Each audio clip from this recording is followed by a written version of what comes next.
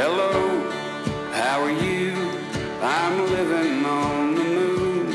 I'm calling from a telephone inside of a saloon.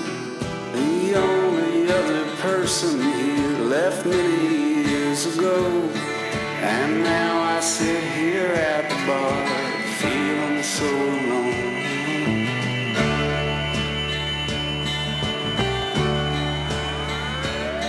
I've read all of the books I had and walked the planet round, but still the thing I'm looking for refuses to be found, except this clanging deep regret. Oh, I am such a fool, a man who wanted quiet, so he went up to the moon. But now this precious solitude I once thought so sublime has changed my sense of what is real and what is in my mind. I think I hear the voices of my distant family, the laughter of my oldest friends, the years I haven't seen. I know that that's impossible, I tell myself each day, but no one stops those growing sounds, they will not go away. But no one comes here for me, which was my own cruel design. There's nothing left but dust, dreams, and memories and time.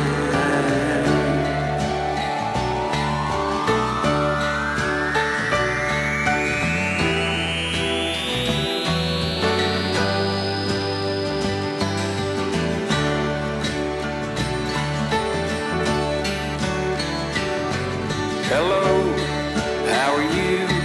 I heard you're on the moon.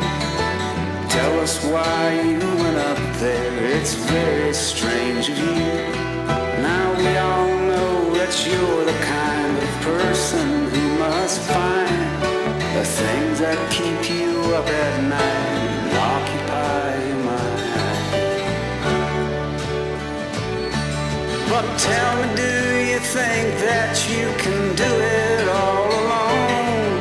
The answer must be no, or else you wouldn't even fold.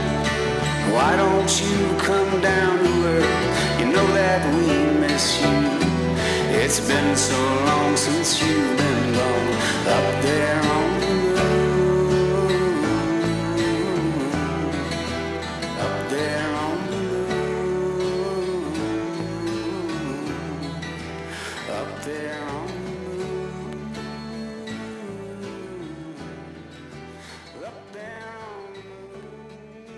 Together, out here on the road, and our love takes center stage at every single show. But lately you've been distant, and I don't know what for. Something's changed, you can't see my face in the crowd no more. Something's changed, you can't see my face in the crowd no more.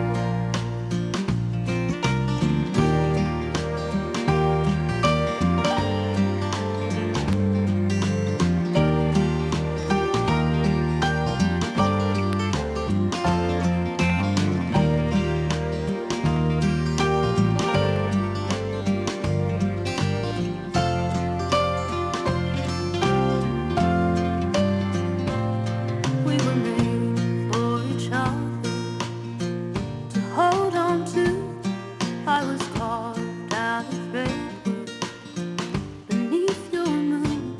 I was birthed in the mountain under the sun.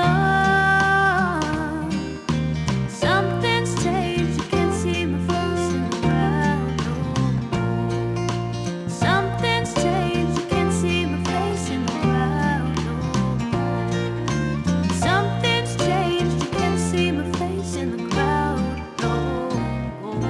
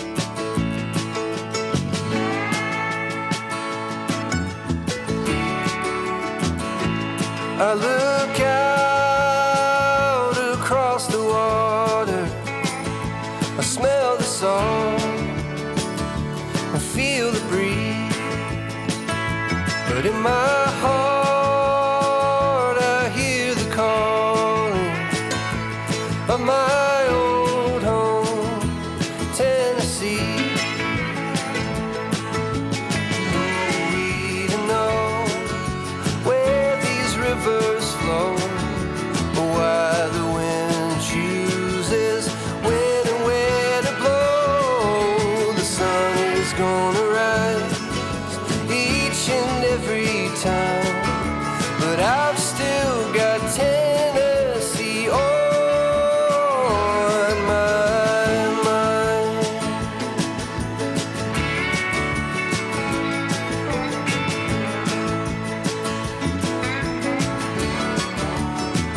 From Reaper's Fork to Watertown, and maybe Johnson City or Memphis bound. No matter where I go, no matter what I see, I still hear the calling of Tennessee. And who we to know where these rivers flow, or why the wind chooses when and where to blow. The sun is gonna rise each and every time, and I've still got Tennessee on my mind.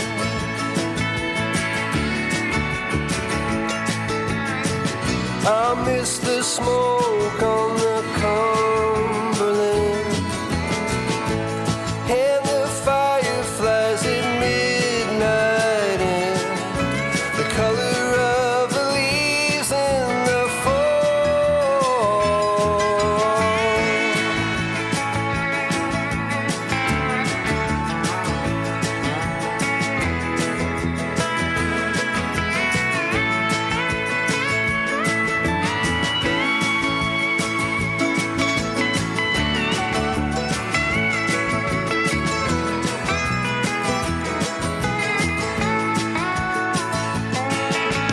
Who are we to know where these rivers flow, or why the wind chooses when and where to blow? The sun is gonna rise each and every time, and I've still got Tennessee on. Yeah, I've still got Tennessee on my mind. Yeah.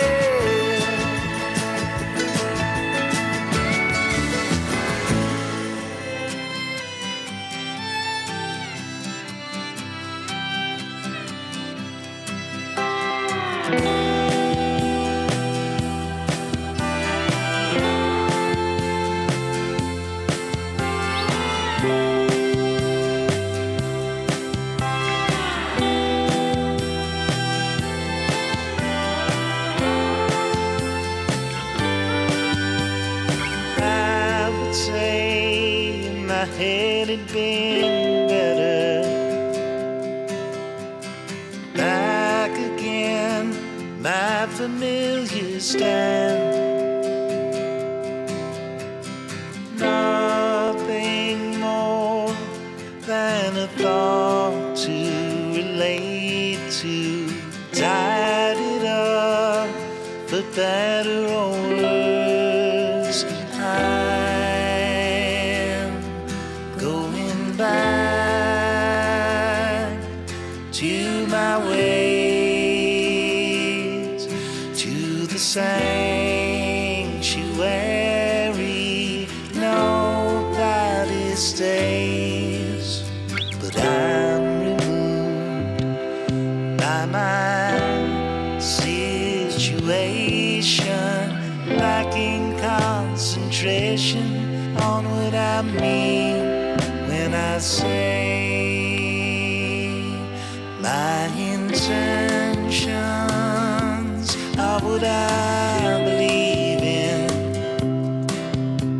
Thoughts are my product of reasoning. My eyes are relaxed, but my head's got them leading the way. It's not often I've arranged things, and it's not like me to be clear. There's a bitterness inside me waking up.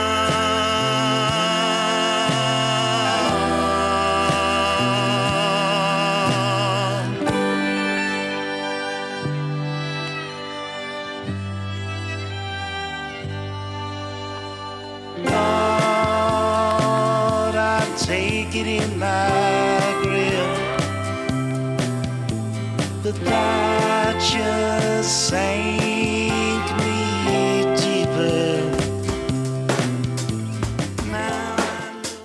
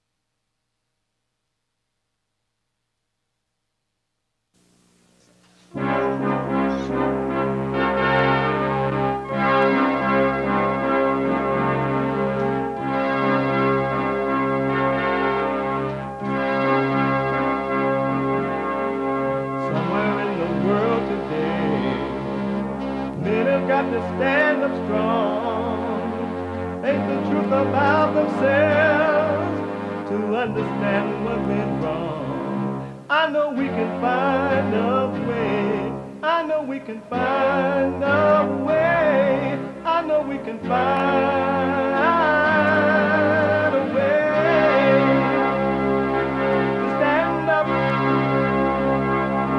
stand up, stand up.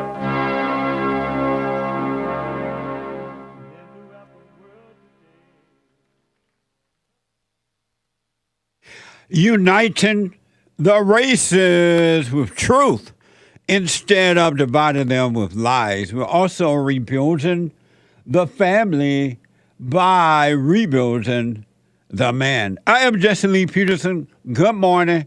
Welcome to the show. You can get involved by calling 888-7753-773. 888-77-JESSE. Jesse. Jesse. The biblical question for this week. My biblical question. Do you value your feelings? Do you value your feelings? Amazing question. We have every way that you can watch and support the show listed on JesseLeePeterson.com/show. JesseLeePeterson.com/show. And if you're out and about, you're busy running around, wherever, you can, of course, you can podcast the show if you can't just sit and watch it live right now. But you can listen to the show on your iPhone or iPad by calling the listen line on TalkStream Live at 641-793-1500. 641-793-1500. Anywhere in the world, and no matter what you're doing and who you are. Even if you're living in the fentanyl encampment up there in Oakland and San Francisco, you can listen to the show on your iPhone or iPad. Amazing. Don't forget to follow us on rumble.com/Jesse Lee Peterson and Cozy, where Christ is King. Cozy.tv/JLP. Cozy.tv/JLP. And don't forget, we are banned from Streamlabs. Streamlabs. All right, they don't like us. What the? But there are other ways you can support your super chats and everything. All right? It's Tuesday. And by the way, you can do your super chats at buymeacoffee.com/JLP Talk. Buymeacoffee.com/JLP Talk. And they're coming in already. Thank you for that. It is Tuesday. And every Tuesday is Bible Bumper. No, I'm sorry. I got my days all messed up. What the? It is Country and Western Tuesday. Thank you. He black. I rest my case. Wow. What the?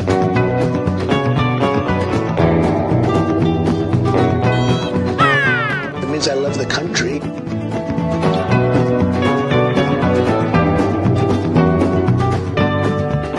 It means I'm fighting for the country. Bring back, oh, bring back my country to me. I look at two things, globalists and nationalists. I'm somebody that wants to take care of our country. Amazing. Grandpa, tell me about the good old days. If ever we needed Donald Trump, we need him now. The great white hope. You know, I walk in my studio, I don't recognize it. It looks so nice. Sean has really done an amazing job in here. Amazing. I didn't even it feels like a studio now. And Country and Western is being done up by the one, the only, the talented Hassan. Amazing, huh? He got Jesse standing today with a rope, a gun, a rifle on the back, spurs on his shoes, And what else? A new hat, and the horse is waiting in the wing. I love it. Thank you, man. What the?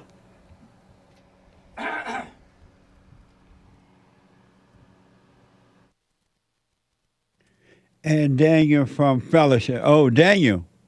Oh, yeah, Daniel. Thank you, Daniel, from the Fellowship. You help provide a lot of this stuff.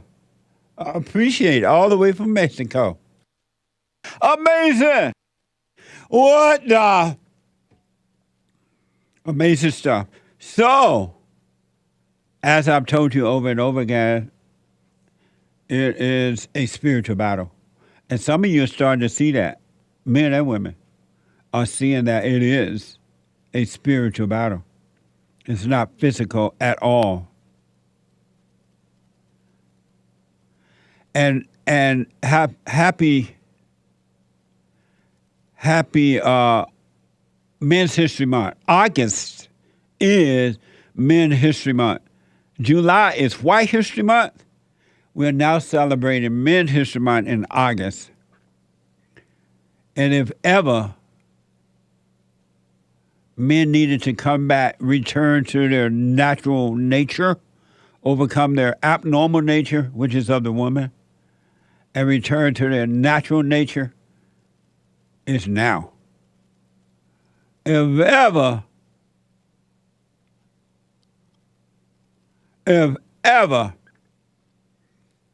we needed that, we needed that. The world is falling apart because men are weak. And men are hated. And women hate men, but yet they truly need men. They can't help but need the man. It's in the nature. It's in the blood. It's in the blood. And unfortunately, women, you're not going to find that right now. It's just so unfortunately, not really unfortunate. Oh, he fell. Well, he drunk.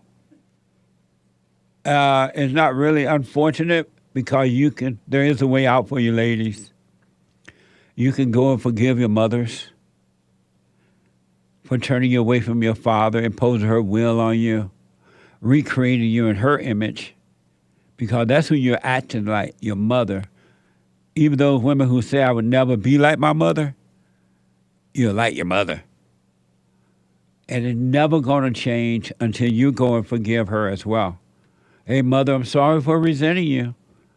You imposed your will, you recreated me in your image, and I'm miserable. I'm not myself, I'm like you. I realize now you can't help it. And forgive your father for not protecting you from your mother. Don't ask for forgiveness. Don't ever ask for forgiveness. When you're wrong, I'm sorry, I'm wrong. And if the people have any decency in them at all, they will forgive. If they're not, there's nothing you can do about it. Don't even worry about it, don't care about it or anything. Because that's their life if they don't want to forgive. But you will go free, ladies. You can't win on the men. And you can return to the Father. And ladies, you can have peace on earth. And men, you're never going to have it until you return to your Father. Every human being born of the flesh, meaning born through the woman, must be born of the Spirit of the Father. It's just the way it is. And you can make all the money in the world. You can be famous as 90 going north in the world. You can be popular. You can have everything and still be miserable inwardly because you have not admitted you were wrong for hating and forgiving. The only thing that's going to set you free from the darkness of your misery that comes through the mind and emotions is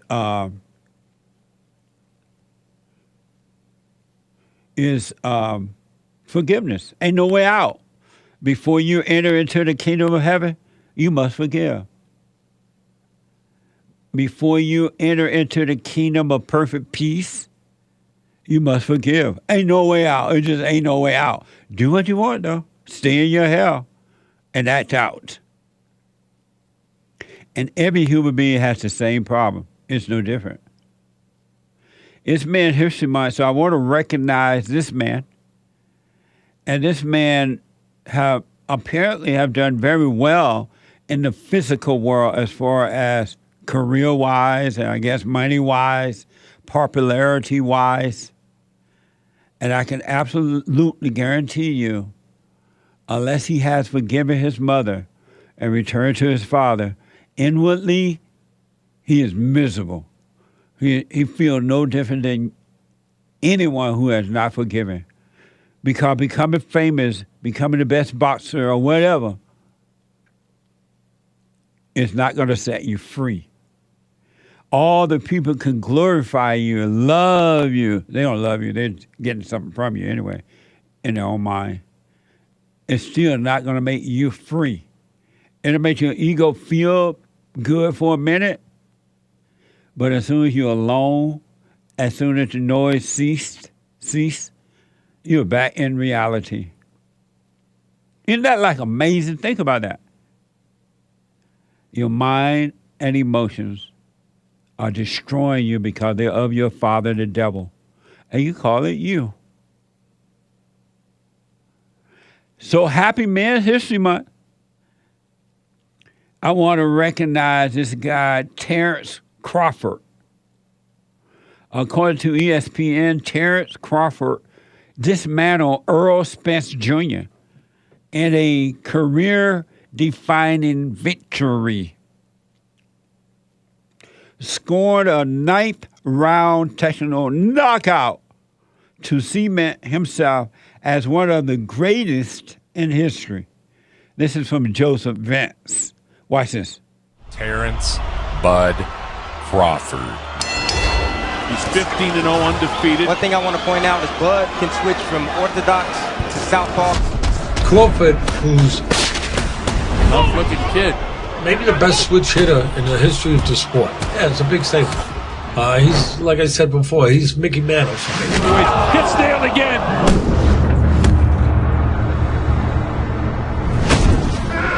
He drops him on his nose, and Kenny Baylor doesn't bother to count. He's knocked out. The current pound-for-pound king of the sport. A natural fighting genius, Crawford's instincts are perhaps his greatest asset.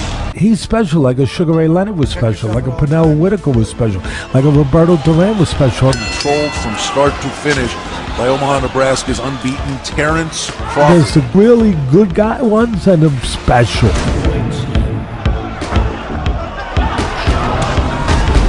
This bout is over. And he's the special one. The most instinctive, if not the most, one of the most instinctive fighters I've ever seen. His physical talent is up in the stratosphere. The first man to hold all four belts in the division. The pound-for-pound king of the ring. Amazing. Terence Crawford. They say the best of the best in boxing. And you look at him because you can't see, you just see the exterior, you go, wow, and you feel good for him. You feel happy for him. Some people feel jealous about it, but you feel it, and you never question, what's driving this man?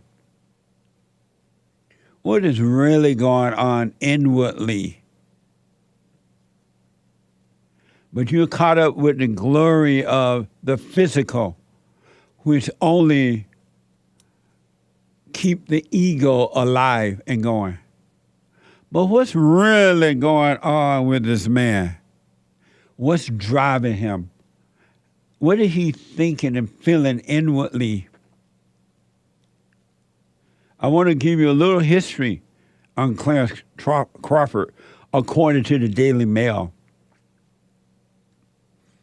But I want you to kind of have a little good feeling for a moment and seeing him knock out little people and wear the most belts. And the people run around and glorify him, caring less about him at all, nothing about him. is their ego feel good hanging around him, glorifying him. But they don't care about him, 1-0.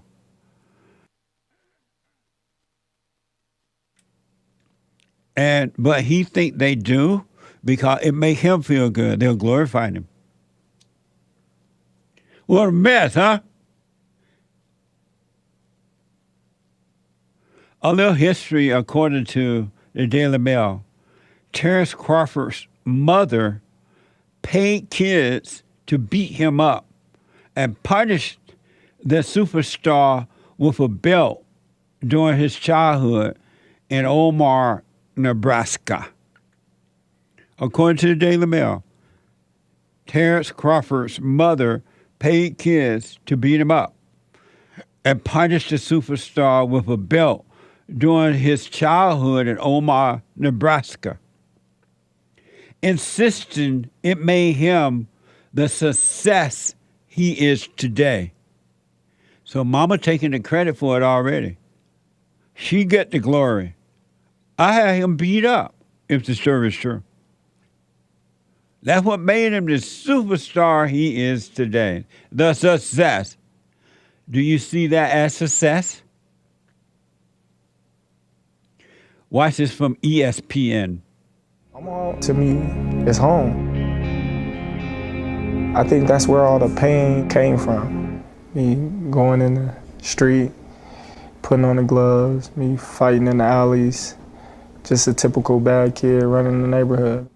What did you say when he was born? I remember he came out with his hands balled up. Son, the son I wanted. His dad said we got $1 million baby boy.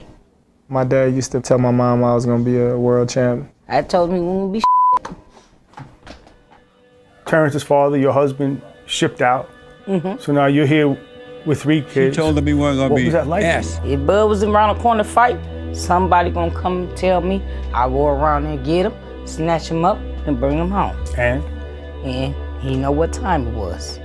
He got whooping. He sure did. What kind of whooping? Ass whooping with a belt. Tell me about Deborah and Terence. It's a complicated relationship. Man, you know, she has her own ways to motivate her son. She has her own way of loving her son. But they love each other, man. They're 2 peas in a pot together. You kept telling him, "Are you never going to amount to anything?" Did you really believe it? Some things that I said to him, I wanted him to be a man. How'd that make you feel? It filled me with rage. And every time I stepped foot in the ring or anything that I ever did, I just wanted to win so bad so I can prove a point to her. How'd you think he'd do? He did good because he was around here beating up everybody in the neighborhood. I paid the kids, I said, if y'all can whoop Bud, I give y'all $10 a piece. Could none whoop him. You went out on the street.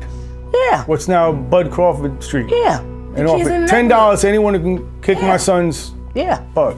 Yep. And a lot of takers. Yeah, no kids in the it. neighborhood. Couldn't nobody whoop him. What did he tell you then? He told you, Mom, I told you I'm the best. A good deal of what you remember in your childhood was you getting whooped all the time by your mom. And I was getting kicked out of school and doing bad things. I think getting whooped, that just made me immune to pain. At a point in time, it just became numb to me. Well, it ain't gonna hurt. It ain't nothing but a belt or something. First time it hurt though? Yeah, I was a little kid. He was 13 when he said, Mom, you're not gonna whoop me no more. He took the belt from me. I grabbed the belt and told her, you ain't about to hit me no more. Oh, that's out the window. I ain't getting whooped no more. Did that change you? No, I think I got more respect, you know, from my mom. You once told me I was fighting for her approval, for her to tell me she was proud or happy, but she never would, so I stayed angry. Explain that to me.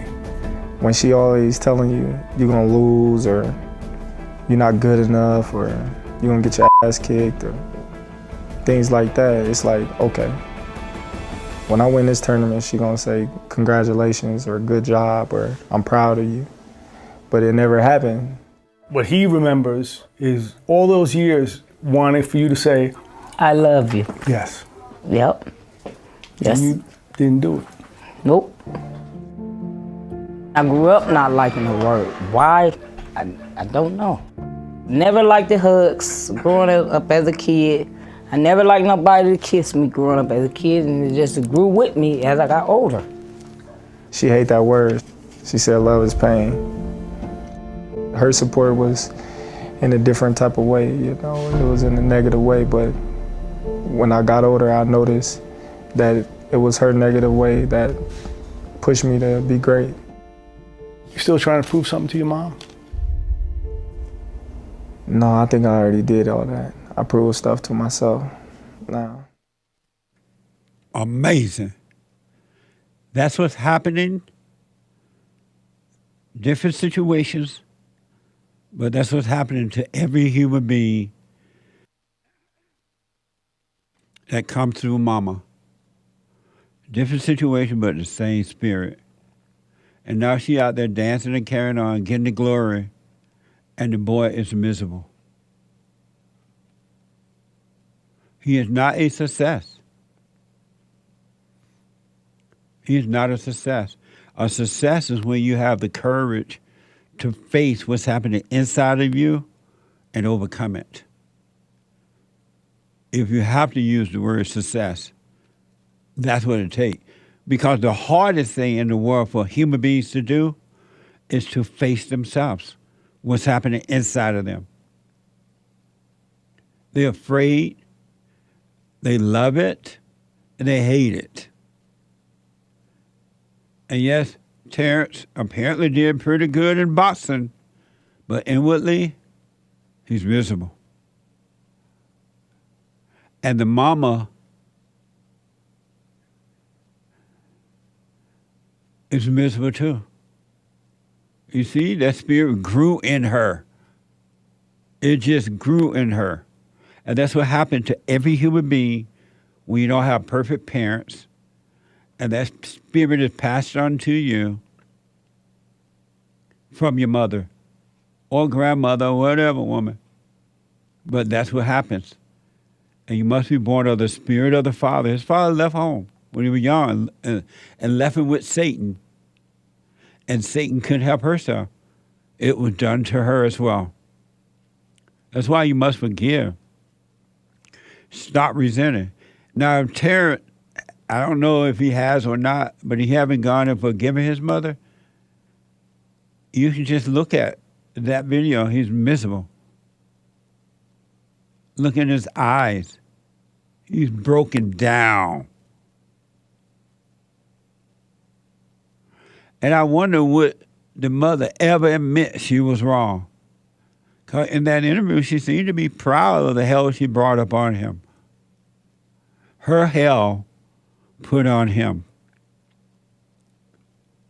That's what every human being, different situations with different people, it's the same misery, it's the same evil spirit. And evil, anger is evil. And it's evil. There's no measure to it. It's evil. Evil is evil. And mothers who take the man's children from him, who keep the children from the father, you're evil. That's what you're doing. And you love it because it gives your ego a false sense of joy. You love the pain that it brings up on your children, his children, and him. And you do it for self-pleasure.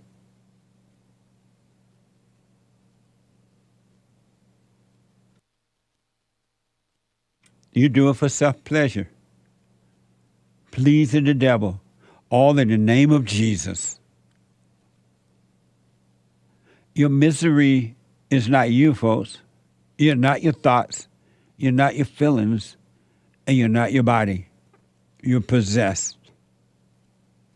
And ain't nobody to blame but your parents for failing you, but you and you as an adult for not taking responsibility for your own life, pulling away from the crowd and overcoming it. You can overcome it. You can have paradise right here. You do not have to stay in your hell. But I understand most people will, and I'm fine with that. Stay in your hell. And in your hell, destroy your children, destroy other people, or at least try, but because what you do to yourself, do to others, you're doing to yourself. But it's up to you. Ain't nothing or nobody going to bring you perfect peace except you go and forgive. Salvation's of the heart. Happy Men's History Month, huh? And men, males, never, ever, ever, ever, ever, ever, ever, but never, never, never, ever, ever, ever show a woman your weakness. It is a destroyer for her soul. Because she would take advantage of your weakness, hate you for it, but yearn for you to be strong and destroy you. You think that mother would ever admit, the mother of Terence Crawford, if she hasn't, you think she'd ever admit, she getting too much glory for her ego right now. She taking credit. She made him. Can you imagine a mother doing that to the child, whether it's boy or girl, having other kids beat him up, telling him he's never going to be nothing? She knowing that he want her love, which she didn't have anyway, and she would not tell him she loved him. And the father left home. He left the mother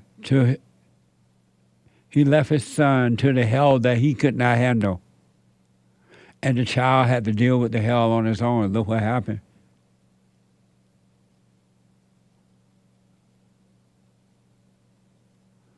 What a mess.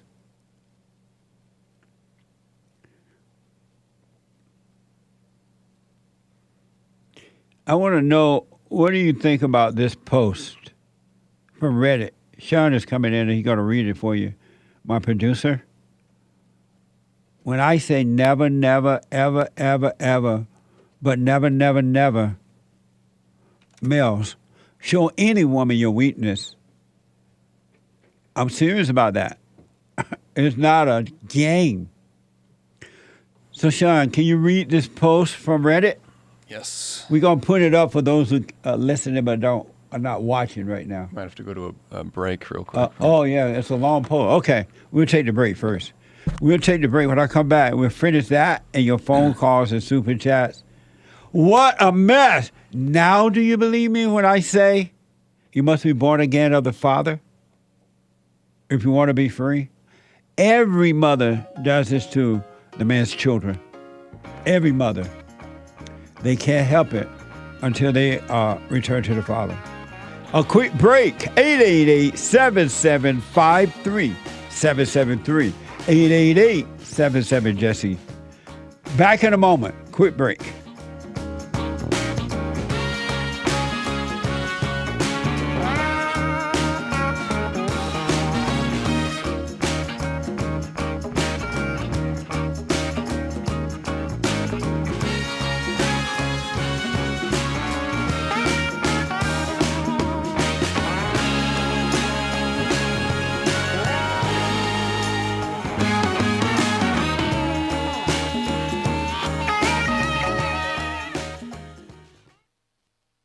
I have books that are amazing. I highly recommend you get them. 7 Guaranteed Steps to Spiritual, Family, and Financial Success Guide. Even if you're not starting a business, but you have a job, or you're on welfare, it can help you if you do. Be doers of the word, all right? From rage to responsibility. From rage. That's what I write about in the first chapter, especially how I overcame. Scam.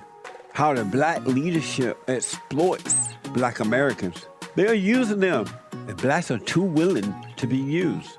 And then my last book, The Antidote, Healing America from the Poison of Hate, Blame, and Victimhood. They are all amazing books, and they are helpful.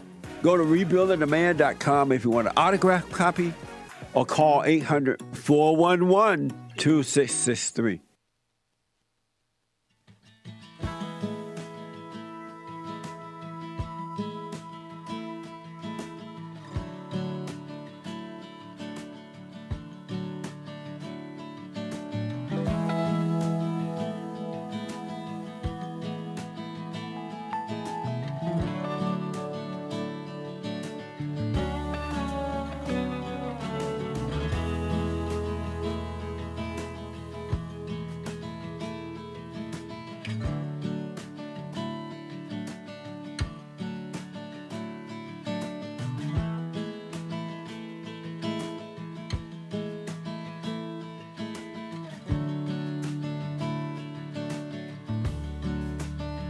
The Hake Report is coming up at 9 a.m. this morning after my show. And James Hake is on fire. When I say he's on fire, I really mean fire now.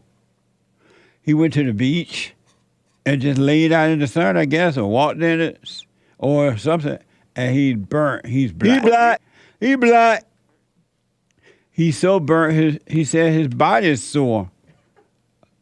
Now, you know, he tried hard to be black. What the? But anyway, he's coming up at 9 a.m. this morning from 9 to 11 Pacific time. And then at 11 a.m., right after the Hake Report, Joel Friday TV, he black. He black. Joel Friday, every Tuesday at 11 a.m. Pacific time, Joel Friday TV. And after Joel Friday, the one, the only, American Anchor Baby at 12 noon. He ain't the Anchor Baby for nothing. I don't know if you heard his show yesterday. It was amazing. At 12 noon Pacific time, the American Anchor Baby. Don't forget, donate and have your comments read out loud.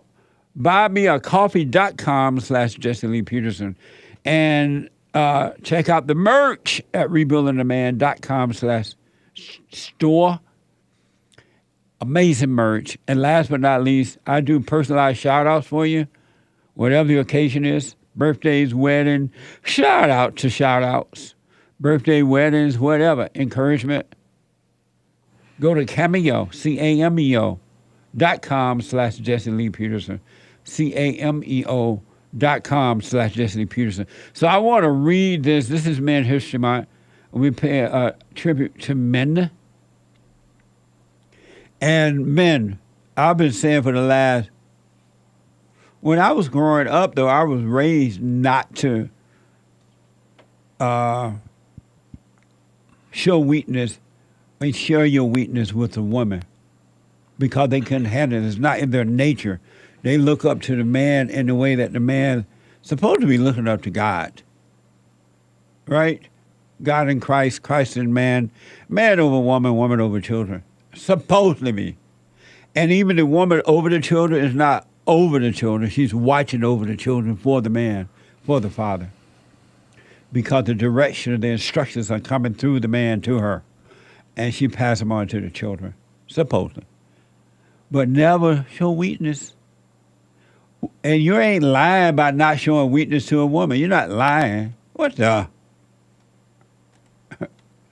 So what do you think about this post? My producer's here to read this to you from Reddit. Sean is here. Good morning. Good morning. How you? All is well. Amazing studio you set up here. Nice, right? It's mind-blowing. Feels like home. Amazing. Feels like a home. It sure does. Man, white people, somehow. Very industrious. That's for sure. Amazing. Amazing. Okay. Read this post Right. on Reddit. Right. So this is like an anonymous post on Reddit. Someone shared their story. It says, I distanced myself from my boyfriend because he cried in front of me. I have been dating my boyfriend for 8 months now. I am the type of woman who looks into dating a tall, muscular, and white or tan guys who treat me nicely, give me the attention I need, and makes me feel safe around him. My boyfriend fits all of these traits, or at least I thought so. Almost a month ago, my boyfriend cried in front of me for the first time.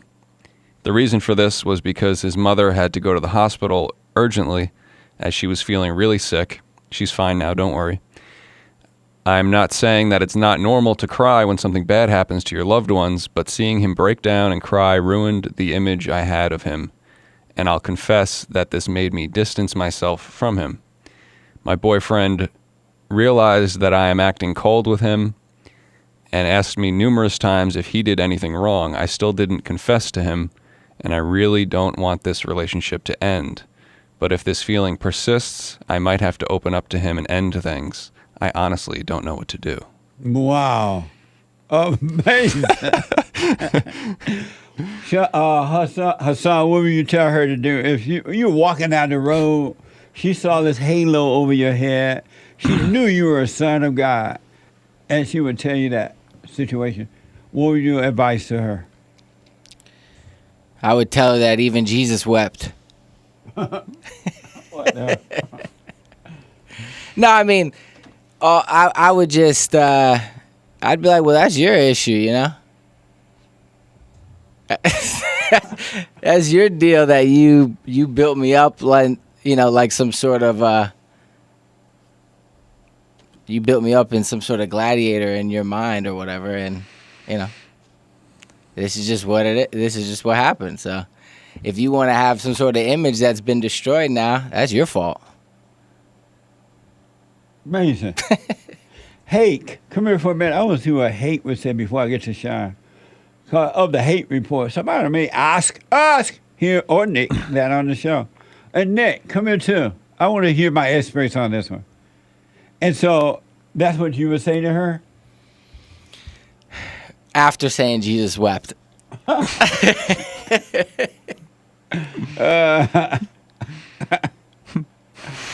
Amazing.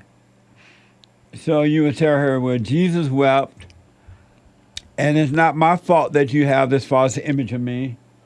That's your issue. Yeah. Amazing. Yep.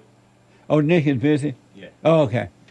Hey, what would you say, this girl walking down the road, and she saw Hake, and his Hake report halo over him, and she knew you were son of the Father, and she said that to you about her boyfriend, what would you advise?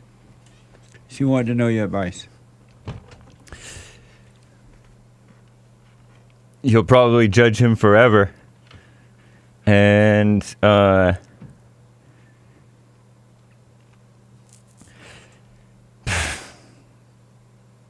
that's about it. That's about all I would. That's not really advice, is it? That's like feedback. That's like because the women looking to the men for advice as to what to do in this situation. Right. And she see you heard what Hassan said, right? Yeah. He was just telling Jesus wept.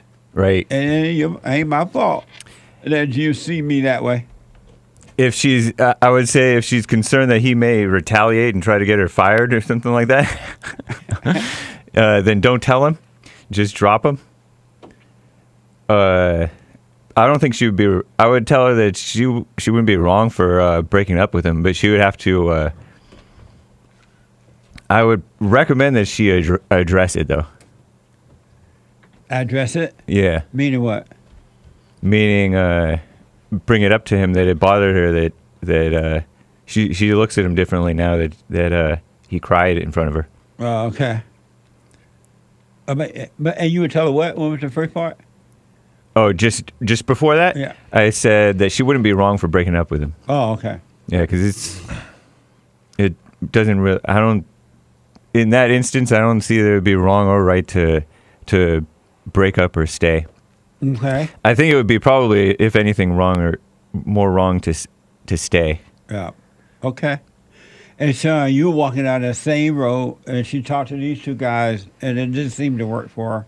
She saw your Sean producer halo of the Destiny Peterson show, and she saw that you were son of God. This amazing producer. Halo, all this is, I'm a producer, halo. Top tier alpha male. Yeah, top tier alpha producer male, son of God. What would you say to her? She said, ask for your advice. I'd say run as fast as you can away. It's already over. But I'd also tell her that they're both wrong. You know, she's wrong for setting up that kind of expectation of someone else. And I would say to her to go to him and be just 100% honest with him. Say, listen, this changed the way I thought of you. It's not going to work out. I'm done. I'm done with this. And then use the rest of that time after that conversation to, get to know herself more. Amazing. And you say, Hassan, you want to add or take away or anything? I mean, no, I'd be like, good riddance. You're silly. I mean, I can't see you. Oh, yeah. The world need to see you saying this. Yeah, just, you know, I mean, it's not gonna work out anyway. You know, if you have an issue with, you know, like with these silly things. Okay. Like if that's such a ordeal for you, like, okay, whoa, he cried. Now my whole life, everything about you and me, I'm not gonna make it through life now because you can't. I mean, it's just silly. Okay. And Nick. Yeah, I kind of you- missed the did you- conversation a little. Sorry. Oh, I know you run around business, so But, you didn't hear. Did you hear the report? I know what's going on, but I didn't hear Uh. your answers.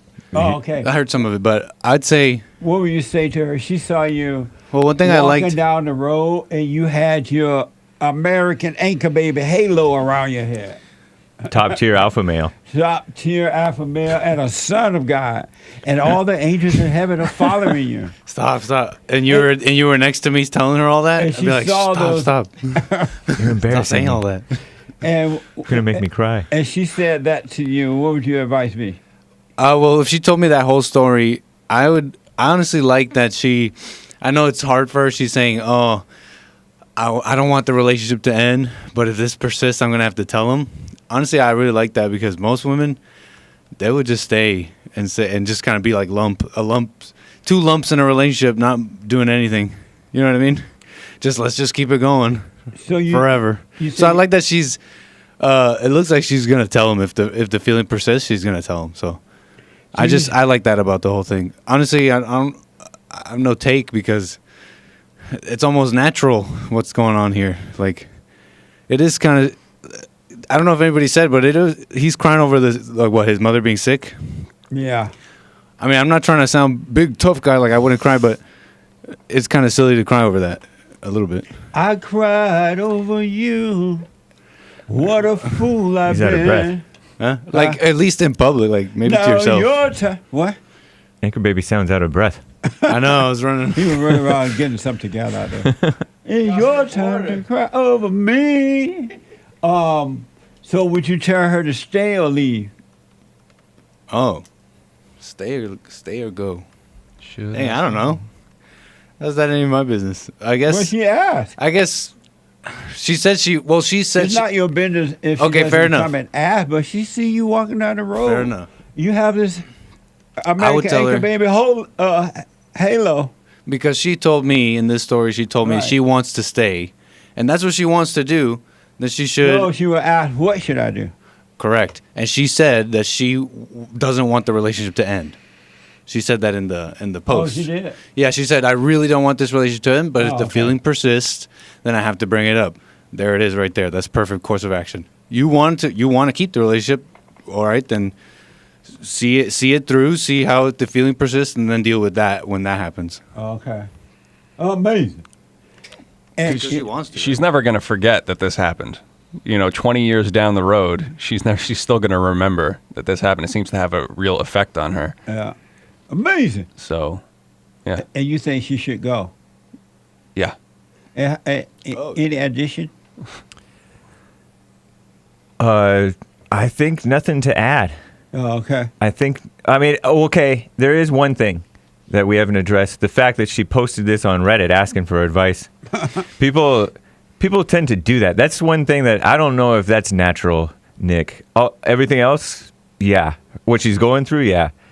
But posting it on Reddit, it is kind of a natural given that people do that nowadays. So this is a true story? If it's a true story. But we're assuming. We're assuming. Assuming. Whoa. What? You never know. You can't You say never that. know for Right. sure. You never know for sure. Right.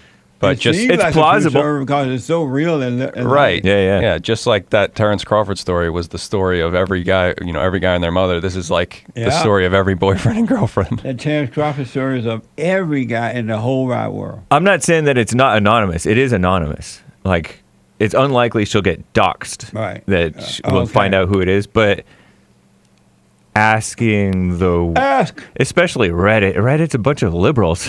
Oh, I see what you're saying. And so that part of it is, I mean, it makes for a good show content for sure. Let me ask Sean real fast because of time. I'm not mad. Sean, you said her expectations was wrong? Yeah. And what do you mean by that? I mean that she has all these ideas about what her perfect man would look like. She said, I'm looking for a tall, muscular, tan, but maybe white, but maybe tan. Strong man. Strong man. That treats me right. That's the natural expectation of all women in a man. They're looking for a strong man. Yeah, that's true, yeah. And so they can't help it. It's in their nature. They'll take a weak man because of their ego, and they'll destroy him, but they will want him to be strong.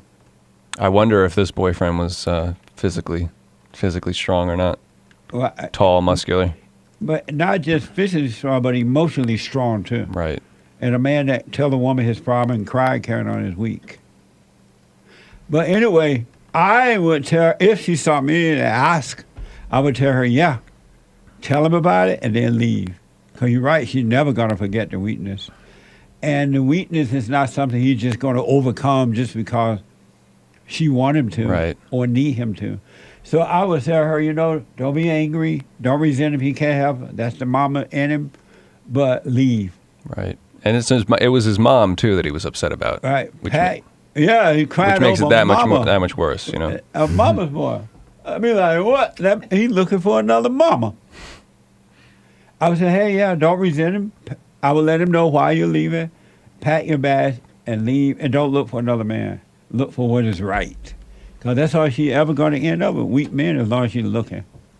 And do you think that, girls who don't grow up with their real father in the house, do you think that, how do I put this? Like, do you think that that their standard of strength would ever be met? Like, no matter how strong inner and outer a man could possibly be, would it ever meet her expectations for what that is? If she met a man who has overcome the spirit of mama, and she had an expectation of him, but she's still in her fallen state, that man can definitely bring her out of that fallen state.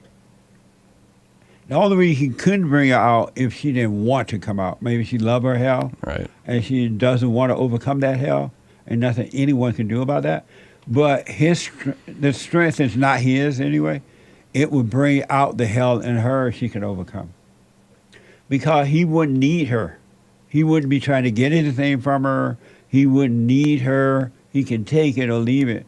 So there's nothing for him to lose because he's already fulfilled with the perfect love of God, right? Mm. And so in that, it wouldn't bother him if she overcame or not. And that will cause her to overcome. Isn't that amazing? Deep. It's beautiful. So her son would just tell me, what, that's your problem. I mean, if she leaves... She's a whelp, too. If she leaves because of that, she was never there. No, she leaves because it's like a man need a guy, right? And nothing else worked for him. Stay close. You're talking away from your it's mic. It's like a man need God, and nothing else worked for him. You know how I told men when you date, on your very first date, ask the woman, let's say you're over at the cafe, you're sitting there, ask the woman, you ordered dinner, and ask, if we should get married, would you obey me? Very first date. And if she says no, get up and leave. Okay, thank you, bye. And let her take an Uber home. What? Run, Forrest, run. I'm telling you. It's spiritual. And people don't understand that evil is serious about being evil. Good is serious about being good. And men are to represent good on earth. The light. Anyway, anything before I go? Once she sees that weakness, she's just going to spiral and make all kinds of assumptions or go into her imagination about other ways he's weak and things like that. The test is on. Yeah. And there's nothing in him to help her overcome anyway. Right. And she need that. Yep. Nice. And then the big fight that they have 15 years down the road, she's going to bring it up. You were crying in front of me. Yeah. You cried over your mama. Yeah. Remember that? Now you try to act like you're strong. You cried over mama. Yeah, even if he does get better, she still going to probably judge wouldn't see it. Right. She wouldn't. Yeah. She won't let her see it. Mm-hmm. I mean, yeah, Nick. Last words. I mean, I think the flip side is true as well. Satan plays both sides. He'll also try and she'll see weakness and be like, "No, that wasn't weakness. He's strong." Right. Stay there, just stay there. Yeah, there's a temptation to feel like, oh, it's sad, it's unfortunate that a breakup happens, but it's not. It's better. not. It's better that it happens now than right. problems keeping each other in hell. Because Satan makes you think, oh, Or bad, keeping he yourself love you, don't leave. It Yeah. was mama. And Satan will tell you, stay here so you can really destroy him now. But they're just using each other. Don't leave me. He loves you. No, he don't. He doesn't. Terrible. All right. Thank you, guys. Thank I you. appreciate it. Let me go to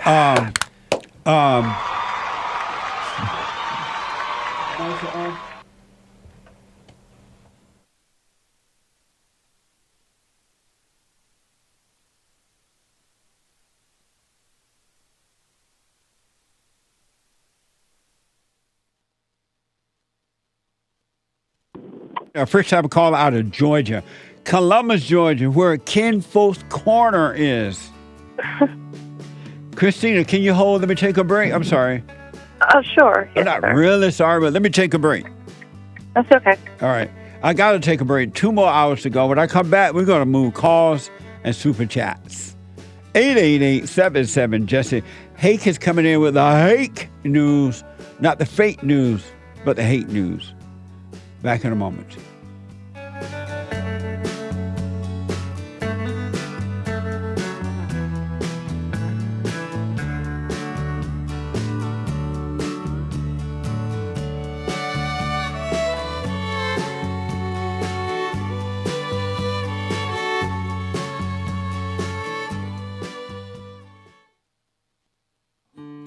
We have a counseling service, and I have to admit, thanks to God, it is the best counseling service on this side of heaven.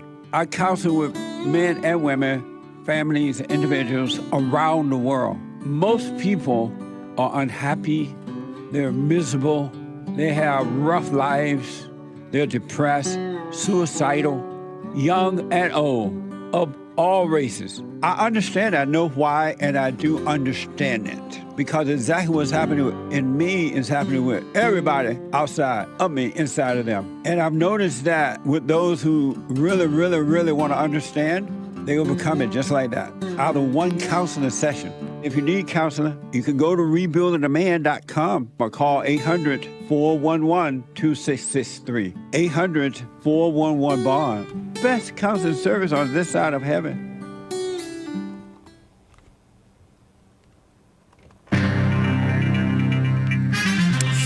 A whole lot of mess going on in the world. It is crazy. Storms are killing people, allegedly.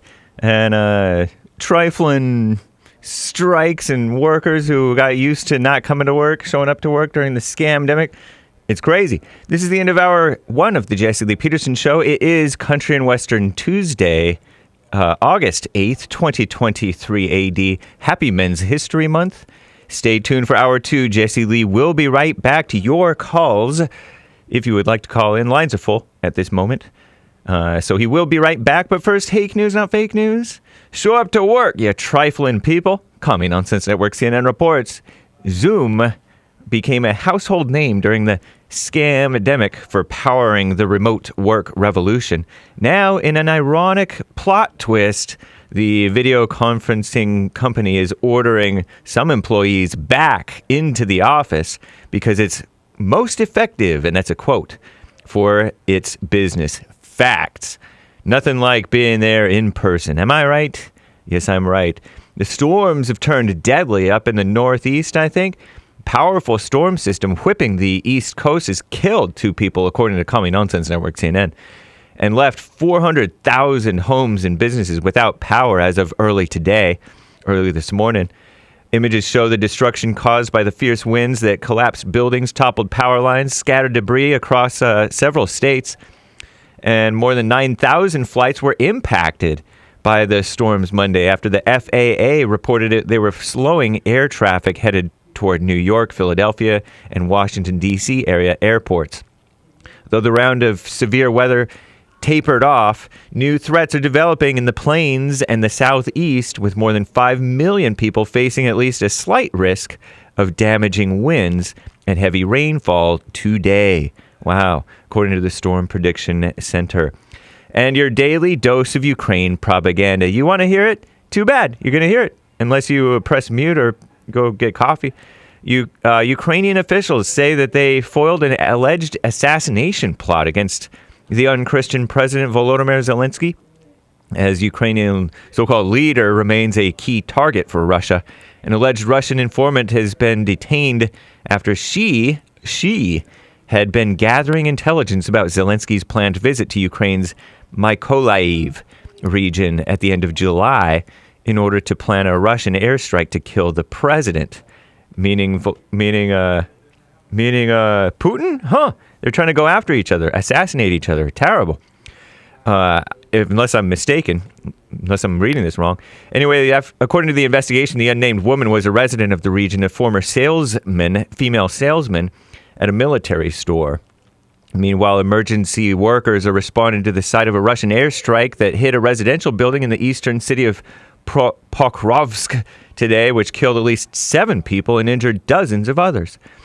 And that lame-o rhino ex-VP, is he a rhino? Trying to challenge our greatest president, Trump. Former Vice President Mike Pence has reached the donor threshold to qualify for the first Republican presidential debate later this month in Milwaukee.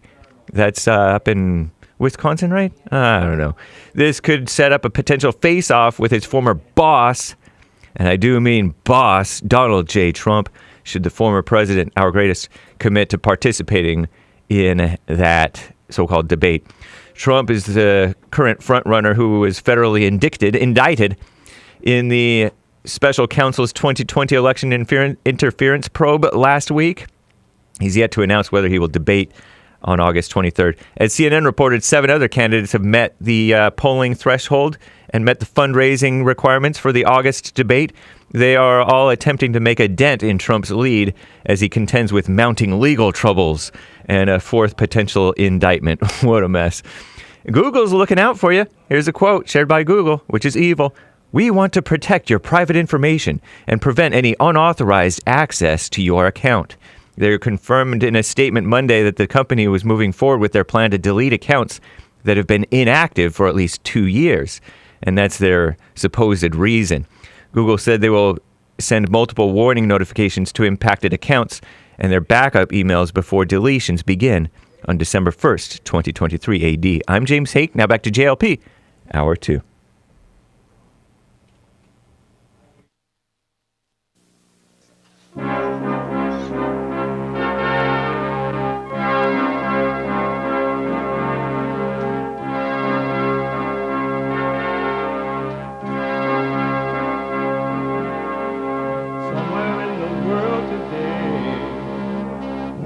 To stand up strong, face the truth about themselves, to understand what went wrong. I know we can find a way. I know we can find a way. I know we can find a way to stand up, stand up.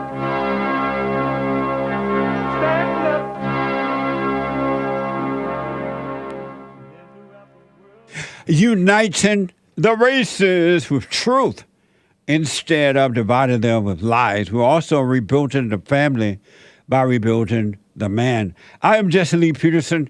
Welcome to the second hour of the show today. You can get involved by calling 888-7753-773, 888-77-JESSE, Jesse, Jesse. My biblical question for this week: do you value your feelings? Do you value your feelings? Amazing question. We have every way that you can watch and support the show listed on JesseLeePeterson.com/show. JesseLeePeterson.com/show. And wherever you are in the whole wide world, whatever you're doing, whomever you are, and you don't have time to watch the show live, you're working out, whatever, laying at the beach or shopping or whatever, you can listen to the show on your iPhone or iPad by calling the listen line at 641-793-1500. 641-793-1500. They're on TalkStream Live. And don't forget to follow us on cozy.tv/JLP, cozy.tv/JLP, and rumble.com/Jesse Lee Peterson. It's Tuesday. It is Country and Western Tuesday. Bring back, oh, bring back my country to me. Bring back my country to What me. the? Who let the dogs out? Woo. Amazing.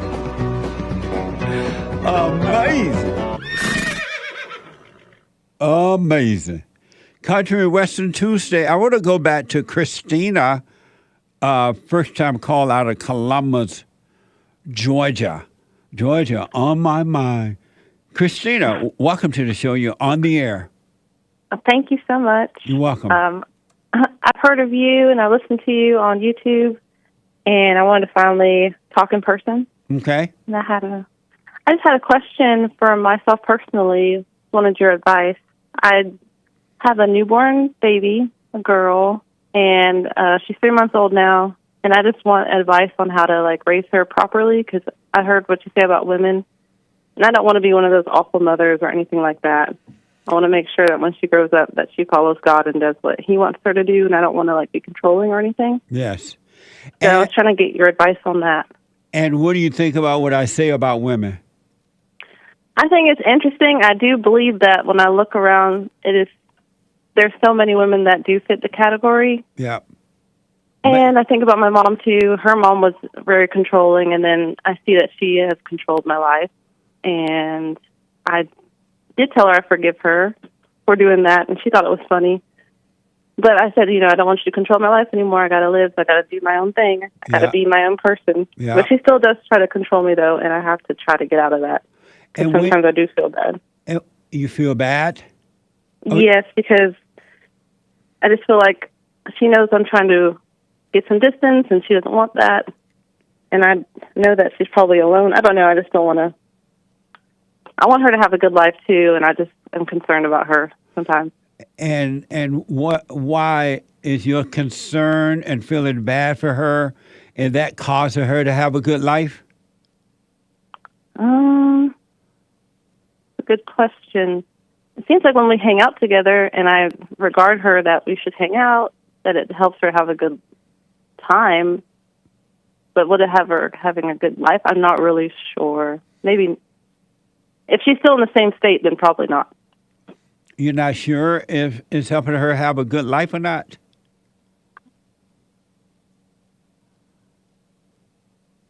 Actually, I'm not sure, because I never really thought about it like that. Right. I believe that when we're together that she has a really good time, but if that's causing her to have a good life, I don't know. Is having a good time and having a good life the same? It's actually not. It's just good moments, but that doesn't mean it's a good life. And that's not life-changing or helping her. And then knowing that she is not having a good life by forcing you to be around her, why don't you get out of her way so maybe she can find a good life? Why do you? True. What gives you the right to feel sorry for her? Because she tells me about her childhood a lot, and about how my father treated her, and how, she wishes she could go this place and that place. And I said, just go by yourself. And she said, no, it's always fun when we go together, or something like that. Or she'll call and she wants to come over to the house to be with me, Abigail. I have my boyfriend here. I wish we were married. We're not, unfortunately. which is embarrassing as a Christian. But she will come over as much as she can and want to be around as much as she can. And I don't want to deny her that. Really? And so she's using you to stay in hell, and you're happy to be used? No, I'm not. Yes, you are. You don't want to get out of her way, you say? I don't want to tell her no sometimes, and then sometimes I do tell her no. Why don't you trying want to find a balance there? Why don't you want to tell her no all the time? Not all the time, because I do want her to be around Abigail, my baby. I want her to be able to see her. Why? Because she's the grandmother. I thought that was the right thing to do, to have your But she's going to do to Abigail what she's done to you. So then I don't know how to balance that then at all. Yeah. I don't know what's right when it comes to that. Right. I understand that. I totally understand. I really do understand. The other thing, you say you living with your boyfriend. He's the father to the baby? He is. But you and I didn't believe... Oh, go ahead. No, you didn't believe what? I don't believe in the shacking up business, but I did want to make sure that there were two parents for her. And then he wanted to also help me during the pregnancy as well and be there for me. So it just seemed like the best thing to do for now. And so but I did talk about marriage, but why are you doing something that you know you shouldn't be doing or you don't want to do? Because I thought it would probably be better for the baby if there was two parents in the house. I didn't want to be a single mom raising her. I wanted to have him there as well. And does he want to be with you? He does. But why won't he marry you then? That's what I'm not sure. I know that it's not in his family, that there's not a lot of successful marriages in his family. I don't know if that's part of it. So I don't know the exact reason. I know his mom wasn't married and his family doesn't really have that. So I know that he said that when he does get married, he wants it to be not for the baby. He wants it to be for more than that. And I think also he did say that he thinks I'm not ready yet I think it's because of my mom and how I am still kind of like influenced and naive in that way. And if you want him to help you with the baby, why does he have to live with you to help you with the baby? I guess he doesn't have to, but it seemed like having him here is very, very, very, very helpful, especially being that I work to keep the house going. I have to pay the mortgage. He pays the other bills, but I do have to work. And I want him to be... And does he work? He does, but his mom recently died. And he is a homicide detective, so it's just a lot for him to go back to work. He was taking off as well. He can't work because his mama died? He loved her so much.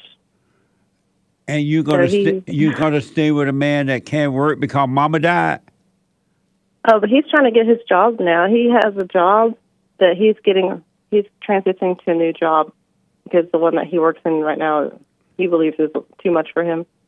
Let me ask, and I understand. I've been down that road, so I do understand. What is it like making up all these excuses to stay in your hell? And knowing that things are only going to get worse, but telling yourself they'll get better. What's that like? I think maybe I'm just confused. I do know that two-parent households are better than just a single-parent household. But how is that going to... You with a man that can't go back to work because mama died, can't handle it. You paying the bills. He pay a little. He does. He pays everything else. I just pay the mortgage, but he pays every single other bill. So here's what I recommend. Do what you want, but I highly recommend it. And I understand that you want your daughter not to have to go through the same hell that you have gone through and are going through. And I don't want to be like the woman that you mentioned. I don't want to be an evil woman or anything like that. And I do love God. I do. So you said you forgave your mother for turning you away from your father? I just told her I forgive her for... I wonder if I did say that. I'm not sure if I said that or not, but I said I forgive her for being controlling. And what did she say? And she recognizes that she can be controlling because I have to point it out to her about the things that she does that are controlling and that are a lot. And I said, you got to keep your hands off because I have to grow and be who I am. She agreed, but she can't really maintain that. She can't, right? Not unless I be strong. I recommend you tell her that she can't come around you or your child anymore until she stops that. Because the longer you play the game with her, she's going to continue to do it. You're being weak, and she knows it. That's true. You're going to have to say, hey, you can't, I'm not going out with you. You can't come around my child anymore until you stop your evil ways. I'm telling you to stop, but you're not stopping. Because she's going to do what she's done to you, to your child. Right. And just she may not see it as controlling, though. But you It do. almost doesn't She doesn't seem- need to see it. You see it. True. The light is for you, not for her. And he sees it, too. That He she- sees that I get confused. I have one way of thinking, and then she comes, and then I question what I'm thinking. I'm thinking it wrong, because she'll come and say, oh, no, we should do it this way. So why don't you stop her from coming around? Just because she's the grandmother doesn't mean there's no rule that says she got to be around your child to destroy your child. True. When it comes to honoring my mother and father, how do you do that and tell them no at the same time? By forgiving them, not resenting them, they couldn't help themselves. That's all it requires. Gotcha. Nothing else. You're not obligated in any other way. And the forgiveness is to make you free because we don't have a right to judge one another. And when we judge, we bring back the damnation on us. But when we don't judge, by forgiving, it set us free. So it's for you, not for her. When you say judging, what do you mean by judging? When you have anger, you're judging, you're playing God. You're not realizing clearly that it's not her, but it's the hell that's in her, that's driving her. And when you can see that in you, it will cause you to see that in her, and it will be impossible to judge anyone else. But you'll be able to take other action like don't have her around because you know she's evil. I don't think she's 100% evil, though. Evil is evil. Was she 99.9 or something? No, I feel like she does love me, though. No, she doesn't. I really do. No. Well, if she loved you, she wouldn't impose on you like that. My dad does the same thing, too. He doesn't love you. He has his mother's nature. Yeah, they're Caribbean parents, so I don't know. What? I said they're Caribbean parents, so I guess so. They're what? Caribbean parents. Oh, they're all Caribbean the parents same. are kind of controlling. It's the same spirit. All over the world. All mothers are controlling because their nature is evil. Do men have an evil nature, too, or is it just women? Yeah, only? he has the mother's nature, just like you have the mother's nature, which is the nature of evil. So do men. That's why men act like women, too. They think like women, they act like women, they're emotional like women, they're judgmental, they're vengeful. They don't guide, they follow, just like a woman because they have the mother's nature. That's why they must be born again of the father's nature. And you mean father as in Godfather, or like? Well, I mean the spiritual father, but you're not going to get to the spiritual father until you forgive your earthly father and mother. So you and got. you said the only way to forgive is to go to them and say, "I forgive you for controlling my life." Yeah, when you truly see that you have this anger toward them, and that is wrong, because that anger is driving you and it's making you do things that you don't want to do and think things you don't want to think and act in ways you don't want to act. It'll help you to understand that they can help themselves, and you will forgive them, and God will forgive you and take that spirit away from you and give you back his nature, which is the natural nature. Instead of untapped. So are you doing the silent prayer? Doing a silent prayer? Yeah, you know about it? Could you tell me about it? The silent prayer will cause you to calm down so that truth can catch up with you and bring you out of the darkness of your imagination, out of thoughts. All thoughts are all lies all the time about anything. And it will bring you out because the hoop and holler prayer that you're doing ain't working and it ain't going to work. You're praying to the devil. That's why it's not working. But when you be still and see what's happening inside of you, God, that's what God means about pray without ceasing. He just wants you to watch the not you, which are your thoughts. All thoughts are all lies all the time. And emotions come from thought, and they're all evil. And so when you do the silent prayer, forgive your father and your mother, he will guide you. He will give you his nature, and that nature will guide you with perfect love, and that's what will guide you in the way to raise your child. You will raise your child with love and not hate. Right. Right now, I don't feel any hatred toward my baby. I'm very excited to see her. But if you have any emotions and all that, that's what hate is. And as your child get older, you won't be able to help yourself. You won't have patience. You won't be guided by the light, but you'll be guided by darkness. Gotcha. So you say the silent... You'll know the word, but you'll still be blind. So you said the silent prayer is in my heart to forgive them, or to actually go to them and forgive Well, you have to go to them too, but you have to first see it in yourself that you do have that anger. And I do see that I feel a little bit of disappointment and upset that my mom is controlling me because I know it's affecting our relationship. Yeah. And he resents me just a little bit because he sees that.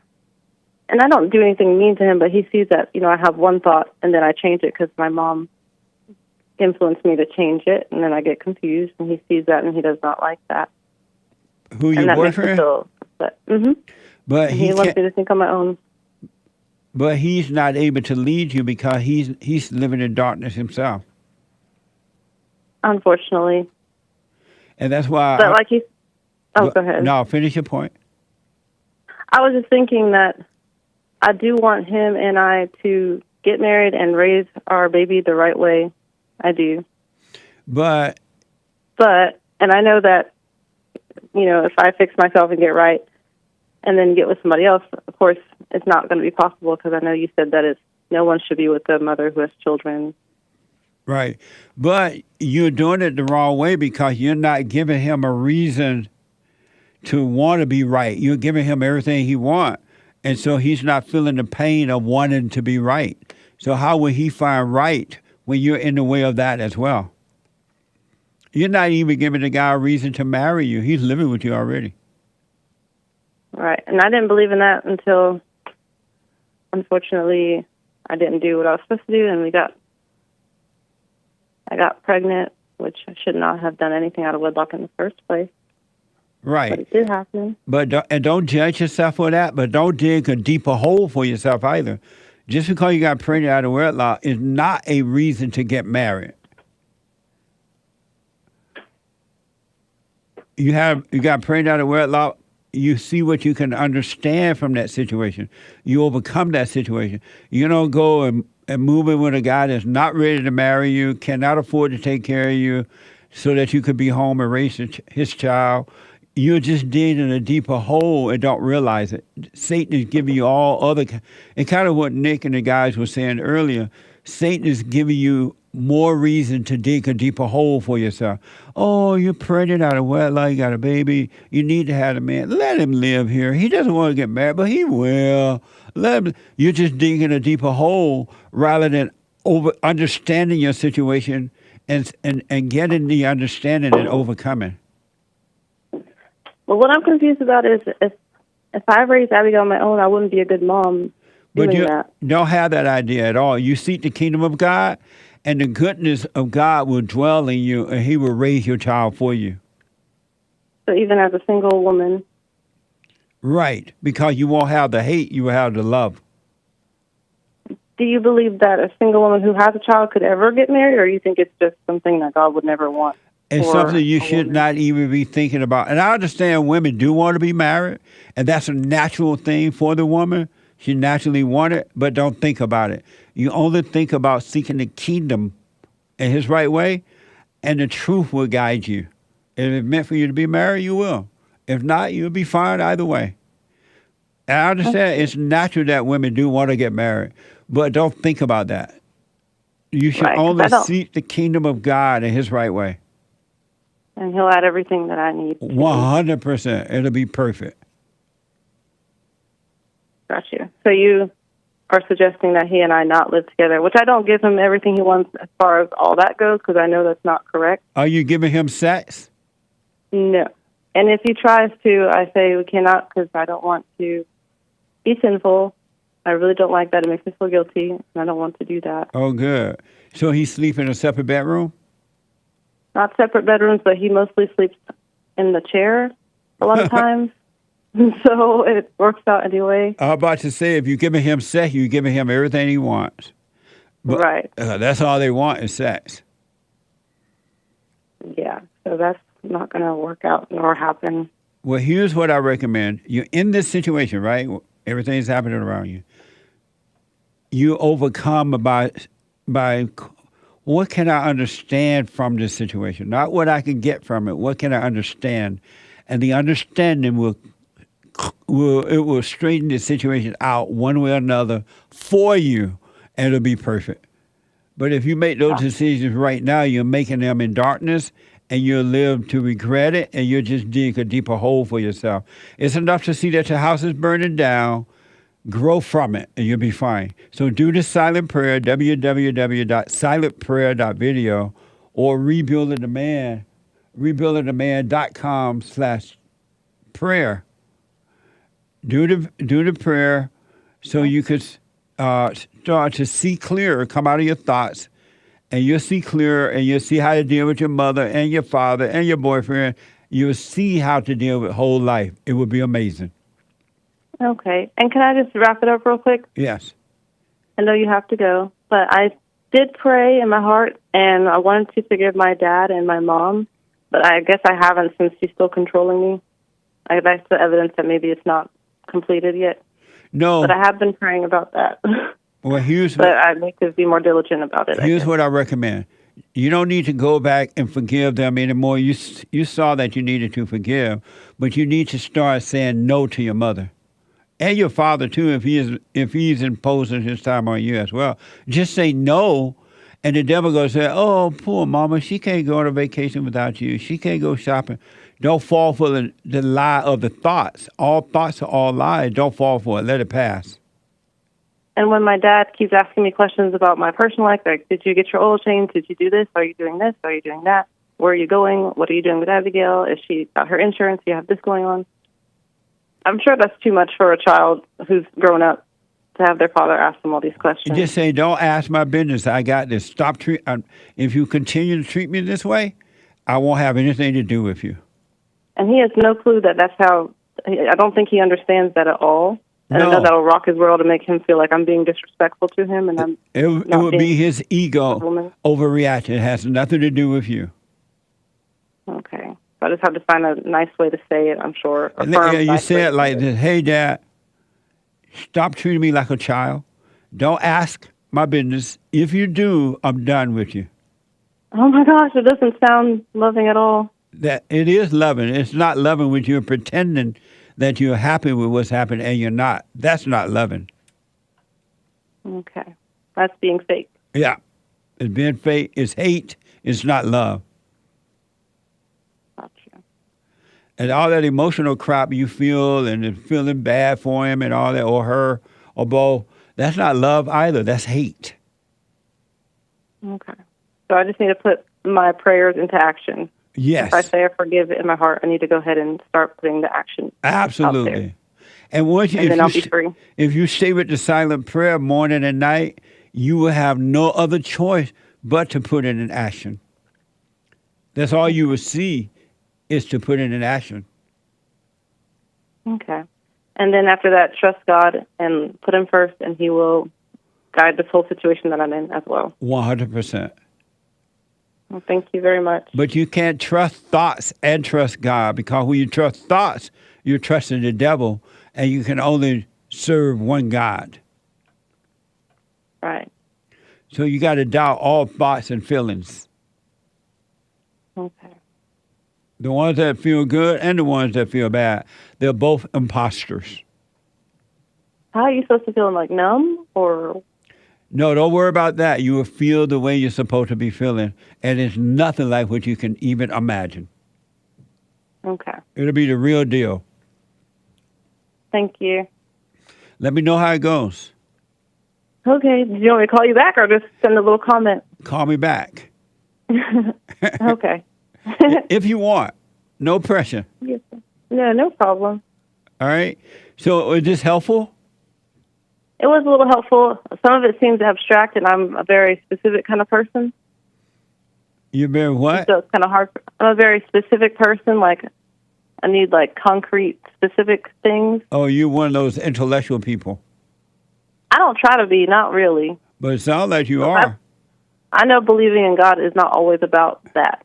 But I'm just saying when it comes to information, I understand it, like, when it's, like, easy to understand and, like, practical things to do. What? So you tell me to pray and stuff like that, that helps. Okay, do the silent prayer so you can come out of imagination, and you'll see what to do.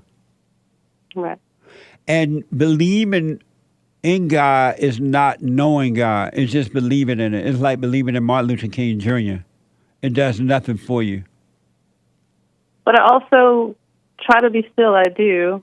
And I know that vain repetition in prayer doesn't do anything. Nothing. I know that sitting and waiting for him and talking to him like a person, I know that I have felt God. I have felt something outside of myself, and I know it's him. Well, do the silent prayer so you can watch those stars come out of the stars. You'll see. You know, and you will know him. All right? Yes. Christina, let me know how it goes. Start with the silent prayer now so you can start saying no to your mother, your father, and your boyfriend, or whomever, and you won't be feeling all that crap about it. Okay. I will visit the website so I can know know exactly how to do it. Absolutely. Okay.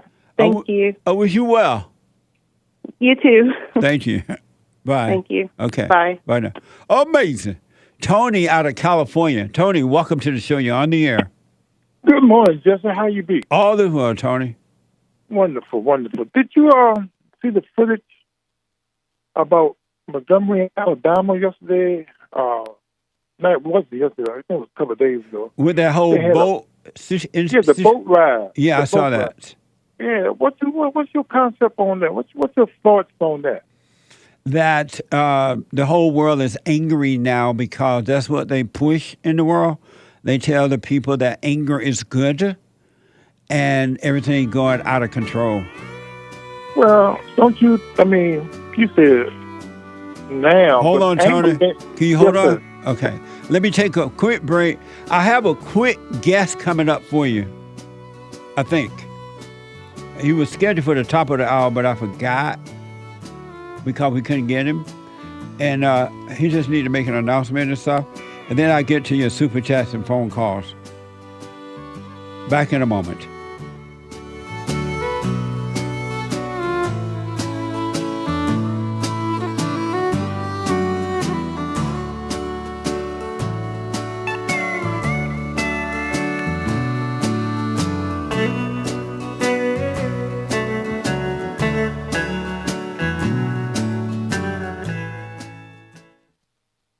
Now, I totally disagree with the way things are going, but you can't be angry because that's what the enemy wants. He wants to control you. They do things to make you mad so they can control you. It's like being married. And the wife would do things to make you mad, or she'll do things to make you feel good. And men do that to women too when they want something from the woman, especially sex. They'll make her feel good or they'll make her angry.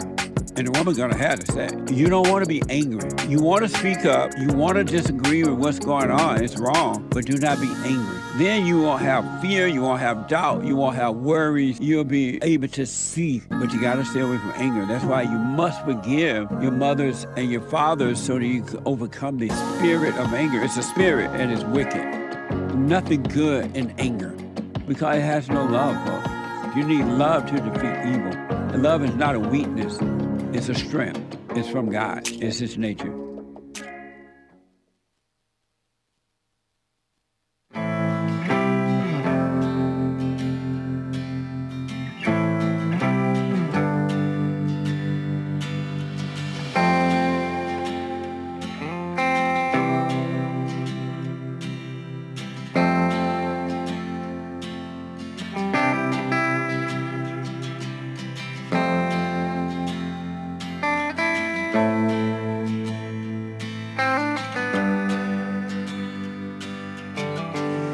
Okay, we're going to have the guest at the top of this hour.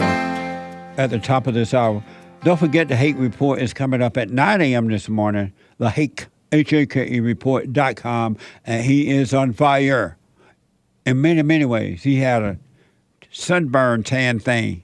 You know how white people like to go out in the sun? What the? And so he's on fire. And the Joel Friday at 11 a.m., right after the Hake Report, Joel Friday TV. You black. And the Ankle Baby, the American Ankle Baby at 12 noon today. So a lot going on. And don't forget to check out BigClubUSA.com. Watch this. People tell me I have a lot of alpha energy. Jesse, what gives you so much alpha energy, they say? Is it energy drinks? No. Is it cigars? No. It's Alpha Jerky. Alpha Jerky from Big Club USA. Alpha male, and you can have Alpha Jerky energy too. Amazing.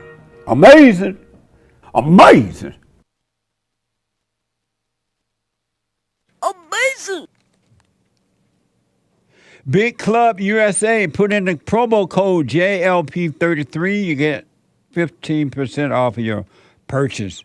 Good. Amazing.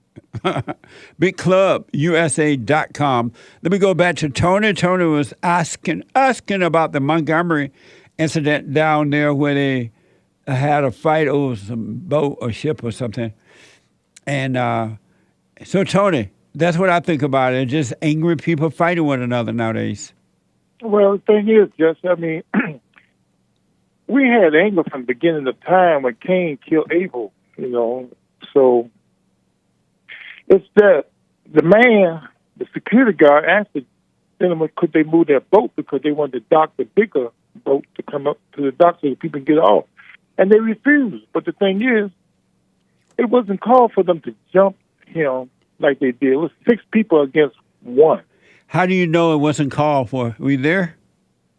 I've seen the footage, Justin. But why was it called for this man to get punched out and be jumped by 6 Europeans? But if they had anger, if they didn't have anger, would they have been fighting one another? No, all they had to do was obey the man's commands to move their boat so the other boat could come in and be docked. And you're right, anger has been around forever, but anger at one point was not pushed as good. And now anger is being promoted as the new religion, as good, and to be still is being promoted as evil. So you got to have more and more of the mayhem. This happened, yeah. Did you see the clip of one of the white guys in the fight? His face was all busted, nose broken, eyes black. Asked for that, it looked like two sides fighting. It seemed like it was two sides fighting. And so they came to that man's rescue with 6 Europeans. Even the females got involved trying to beat the black guy. Did it look like two sides were fighting? And since we weren't there, we don't know for sure what the cause was. Did you see that it looked like two sides were fighting? Yes, and the one that started the whites, the blacks and the whites appeared to be fighting one another. The blacks and the whites appeared to be fighting one another, right? The Europeans started it, yes. It looked like the blacks and the whites were fighting. The whites were fighting with whites, and the blacks were fighting with whites, and blacks fighting with each other. It wasn't just black and white. What you mean it wasn't just black and white? That's all they was there. It was 6 Europeans against 1, and then the cavalry came. When he threw his head up in the air, he was calling for the blacks to come and hound this. And who did that?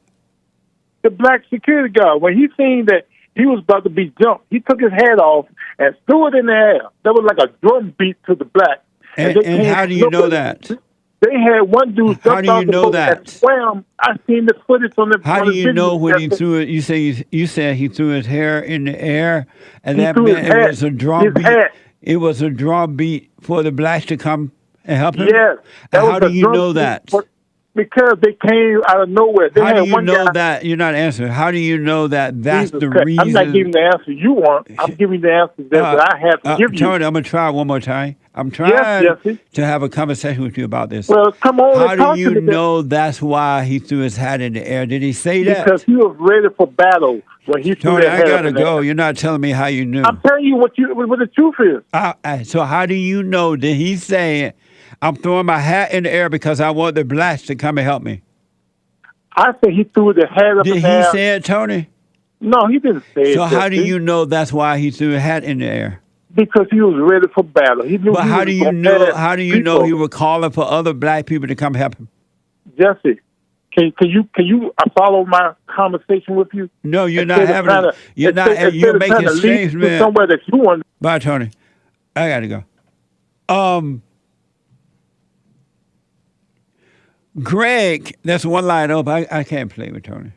They just want to make stupid statement and fill in the blanks with the mind and not know if it's true or not. And I'm trying to ask, well, how do you know that's what the guy was thinking? Well, he just want to throw in more ideas that's in his head without any proof.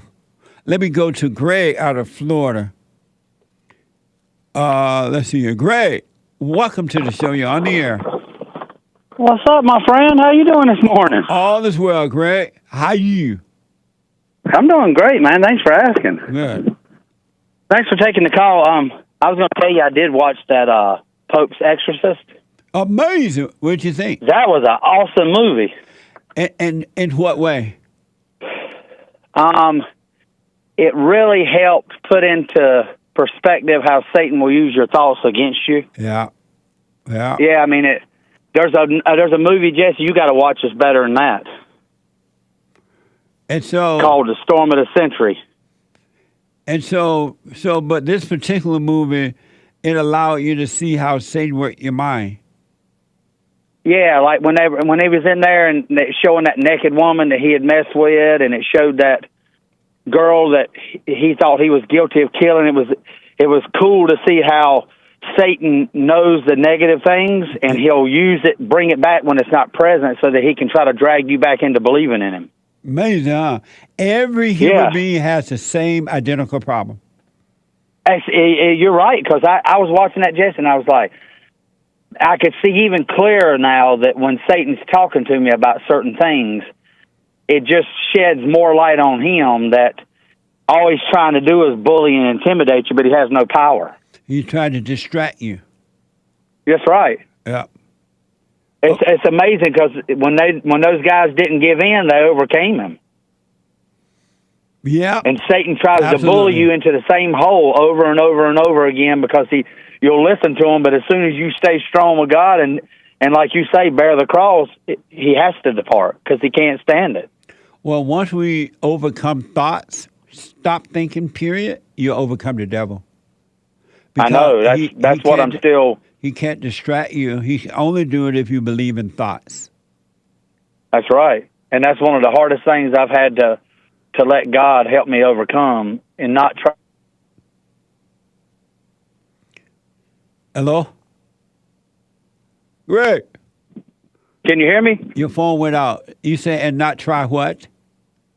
A lot of times in the past, he would try to use it against me, and then you don't see it happening. But when I give up and stop trying to control what thoughts I'm having and just let Satan speak to me when he wants to and not think it's me, that way I don't judge myself. Yeah. Then the thoughts, I don't feel that gut-wrenching pain because I know it's not me and that Satan's trying to make me identify with the pain he's feeling. Right. Absolutely. And if you do feel the pain, just watch it, do nothing about it, and let it pass through. Go through it. Let it pass, and you'll be fine from that because the pain is not you either. It is dying when you don't deal with it. All you need to do is see it. But every time you overreact in it or you get scared of what he's telling you, then you're giving him life. You're giving it life because you are identifying with it, thinking that is you. And Satan knows you think it's him. That's why he keeps doing it. He knows that you think it's you. Right. And he loves for you to overreact. He loves for you to be distracted. That's why he works 24 hours a day trying to distract you in your own mind. And also he uses others to distract you with that too, if you pay attention to them. And that movie also, Jesse, let me really see like they're going after Trump like they are now. And it lets you see that no matter how hard they go after Trump, because he has the love of God in him, he's not afraid of them. Right. And that's why they hate him. And that's why the children of Satan hate Jesse, because Satan hates somebody that doesn't fear him. He is jealous of goodness. And that's why other people try to hurt you, because they're jealous of the light in you. They hate the light.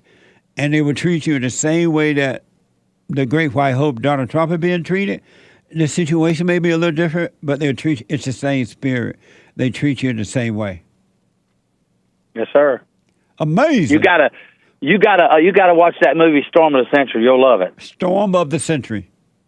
Yes, that's a 3-hour movie with Stephen King, and it's about the Satan Spirit Legion comes to a small town and tries to manipulate the town, and there's only one man that'll stand against him. I'm about to check it out. Thank you.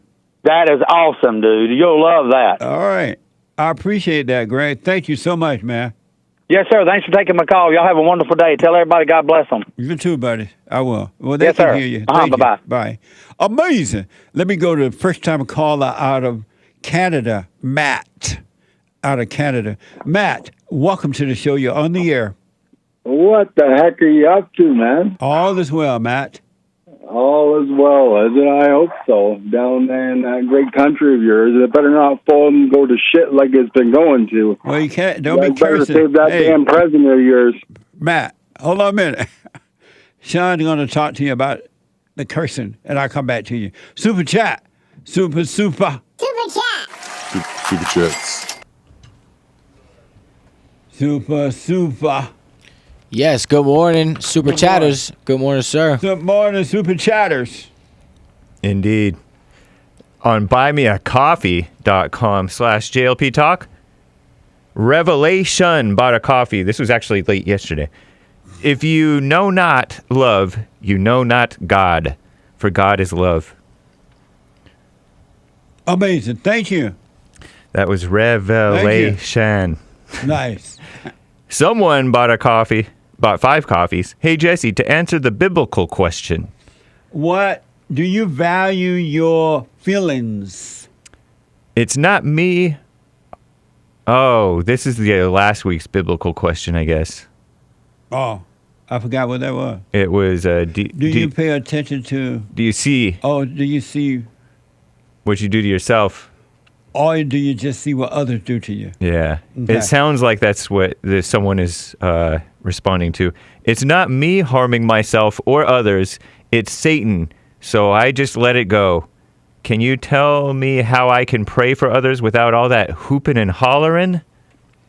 By just wishing everyone well. Don't resent anyone. Wish them well. Have no anger toward anyone. Thank you. Amazing. Birdman bought a coffee. Bird with a Y. JLP, what happened to your episode of hot boxing with Mike Tyson? I don't know. I guess it may. It was a really interesting conversation, and it was about everything. So it may be too controversial for his handlers. Yeah. I know that he wanted to play it, but I don't think they want him to. And then he gave a Fallen State. Thank you. And then he gave a couple of Fallen State guest requests that I'll pass along to the producer. Oh, okay. Thank you. Birdman with a second coffee.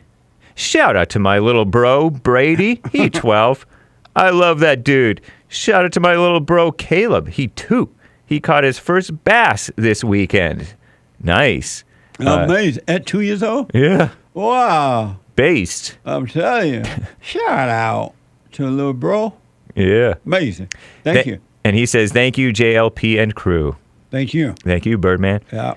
Soul Conscious bought 5 coffees. Jesse, Sunday's church was simply amazing.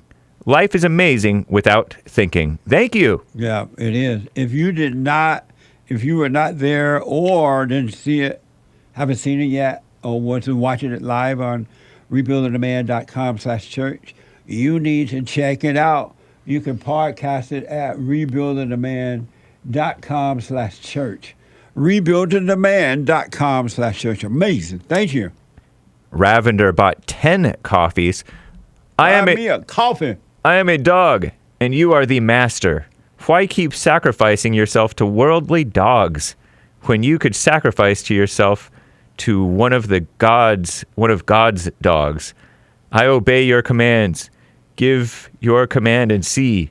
When you say speak, I speak. When you say fetch, I fetch. You are the destroyer of lust in this dog. I am the dog with the mouth open, barking in front of your court. Amazing.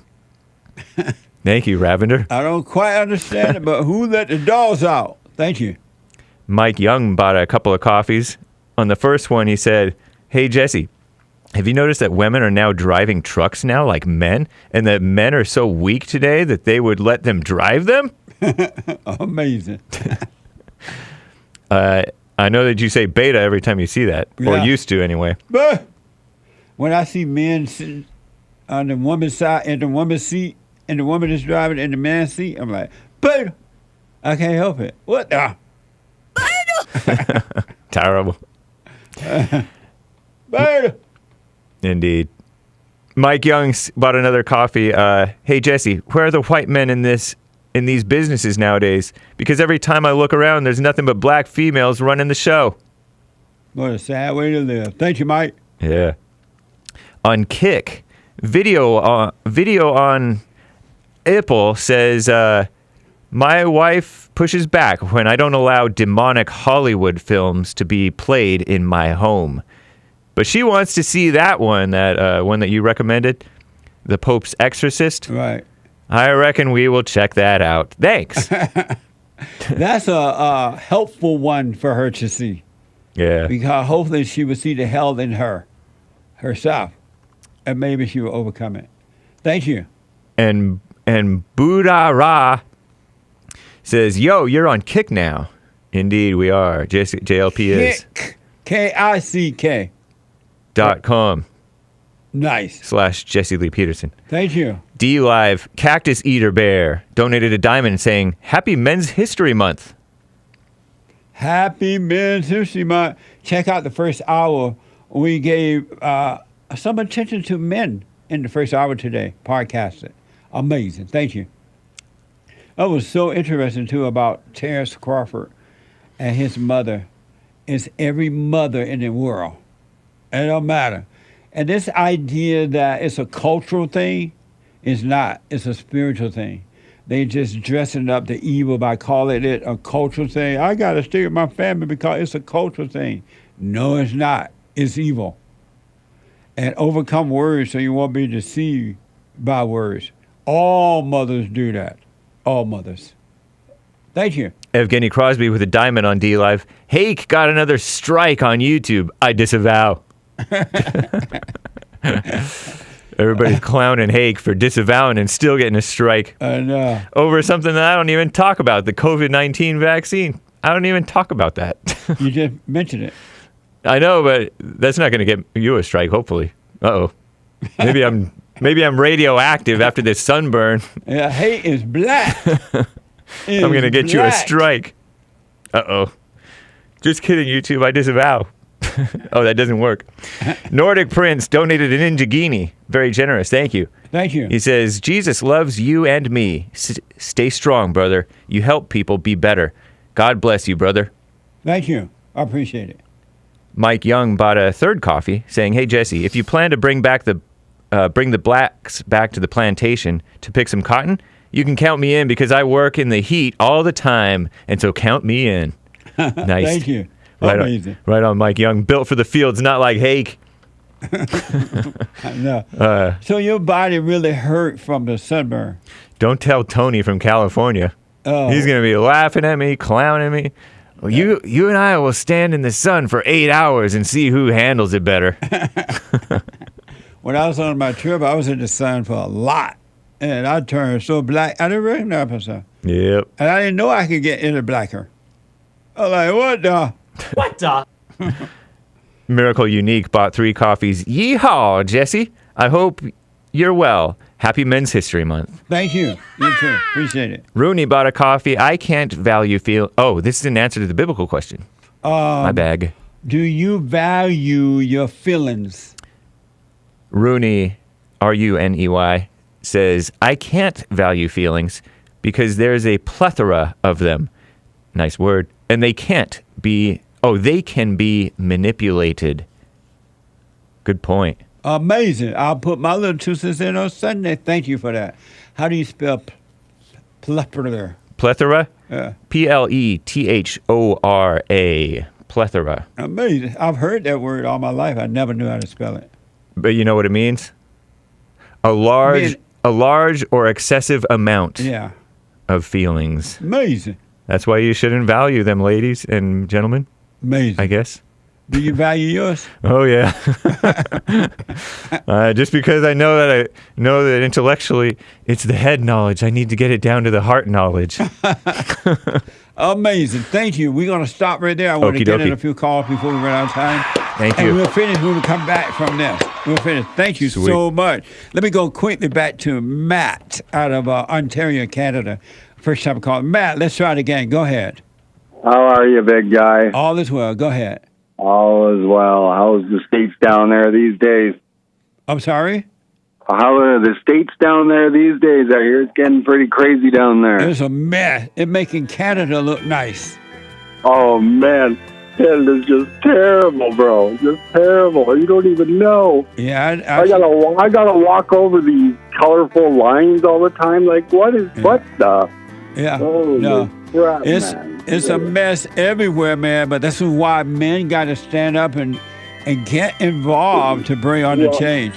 That's what I keep telling these people, man. Yeah. Like, grow some balls. Sorry for my language, guys. All right. I got to run, buddy. Your language is amazing. But I got to take a break. Another hour to go. 888-775-3773. There is a line open. Back in a moment.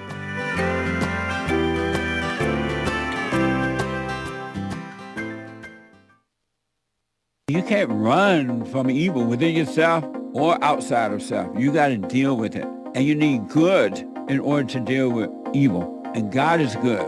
You need to return to the Father. And you'll see within you, he will fight the battle for you.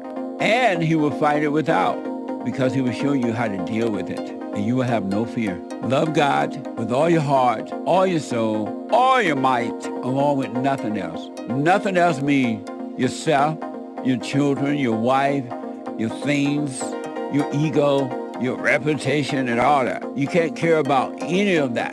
The children of anger will use it to control you. But if you love God, he will renew your mind, and none of those things will be before him. And so when they go after you, oh, well, you may take my body, you may take my things, but you're not going to take my soul. And that's a true reality.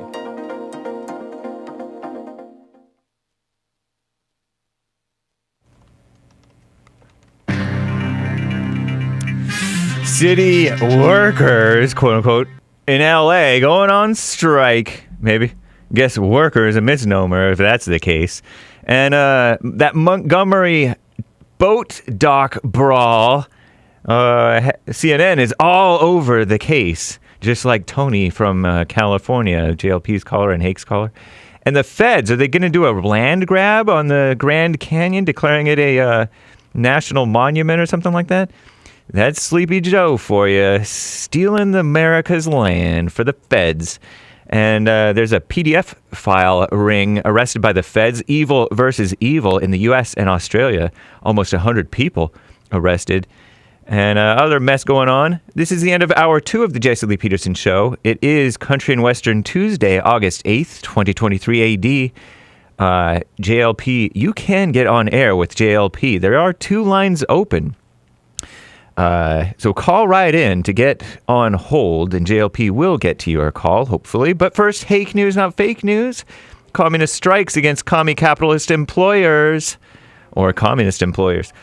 More than 11,000 Los Angeles city, quote-unquote, workers plan to strike today for the first time in more than 40 years. 40. Shuttle drivers at Los Angeles International Airport, also known as LAX, trash truck operators, and port boat captains are among the so-called workers planning to strike for 24 hours, according to the union, Communist Union, probably, right? Most of them are, that represents many of the city's public sector staff. Employees feel stretched thin amid hundreds of job vacancies in the city. Los Angeles is also the so-called epicenter of the Hollywood actors and writers strikes that brought most of the entertainment productions to a standstill, and the union representing 15,000 hotel workers that has staged rolling strikes in the city since the start of July. Wow.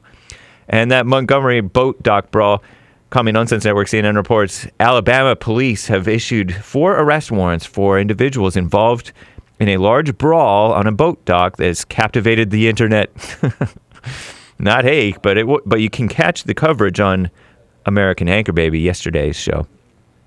Video of the incident show a black dock employee, and they capitalize the B in the word black because they're kiss-ups, that's CNN, engaging in a group of white, and they capitalize the W in the word white, boaters on the dock who then get physical and start hitting him, allegedly, right?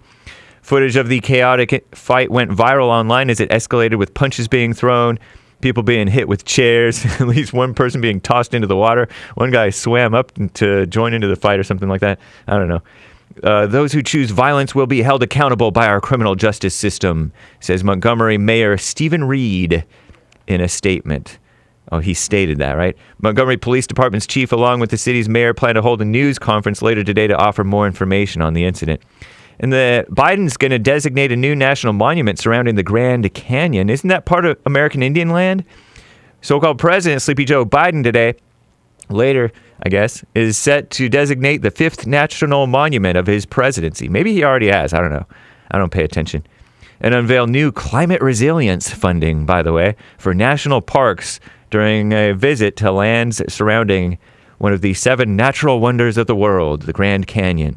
The monument's designation makes good, or evil maybe, right, on long-time calls from tribal leaders and environmentalist activists who are counterproductive to the environment, by the way, many times, as well as Arizona lawmakers, politicians, who have advocated for the land surrounding the Grand Canyon to be, quote-unquote, protected. You do not want the feds, quote-unquote, protecting you. And that PDF file ring arrested by the feds. 98 people have been arrested across the United States and Australia over their alleged involvement in an international pedophile ring, federal authorities said today, according to Common Nonsense Network CNN. The alleged members who committed crimes against children communicated on an encrypted network where their anonymity anonymously shared files and chatted on message boards for several years. This comes after 2 federal FBI agents were killed in 2021 while investigating the case, according to Common Nonsense Network, previously reporting. By the way, there are educators, black, teaching TikTok history that you might not learn in school, and it's a puff piece from CNN on black historians, activists. I'll tell you about it on the Hake Report, but now, JLP.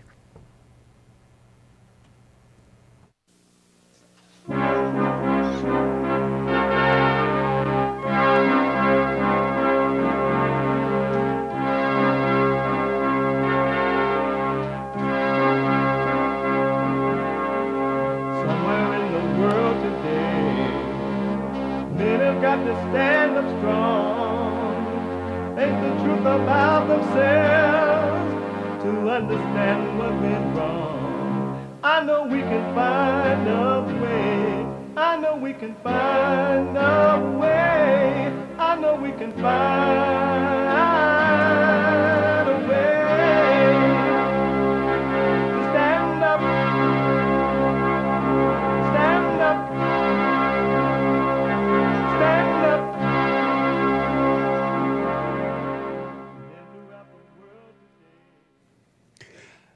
Uniting the races with truth instead of dividing them with lies. We're also rebuilding the family by rebuilding the man. I am Jesse Lee Peterson. Welcome to the 3rd hour of the show already. The 3rd hour already. What the? You can get involved. There is a line open at 888-7753-773. 888-77-JESSE. JESSE. The biblical question for this week. Do you value your feelings? Do you value your feelings? We have every way that you can watch and support the show listed on JesseLeePeterson.com/show. JesseLeePeterson.com/show. And if you're busy out and about anywhere in the world, in the whole wide world, no matter where you are, what you're doing, who you are, if you can't watch the show live right now, you can podcast later, of course, but you can listen on your iPhone or iPad by calling the listen line at 641-793-1500. 641-793-1500. And don't forget to follow us on rumble.com/Jesse Lee Peterson and cozy.tv,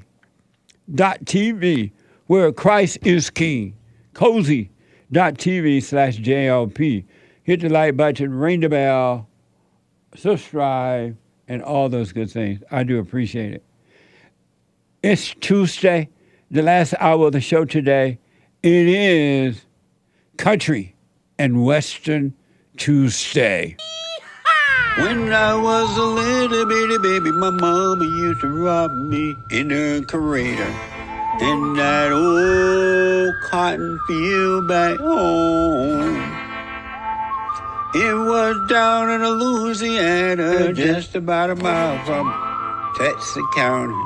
In that old cotton field back home. Amazing! Country and Western Tuesday.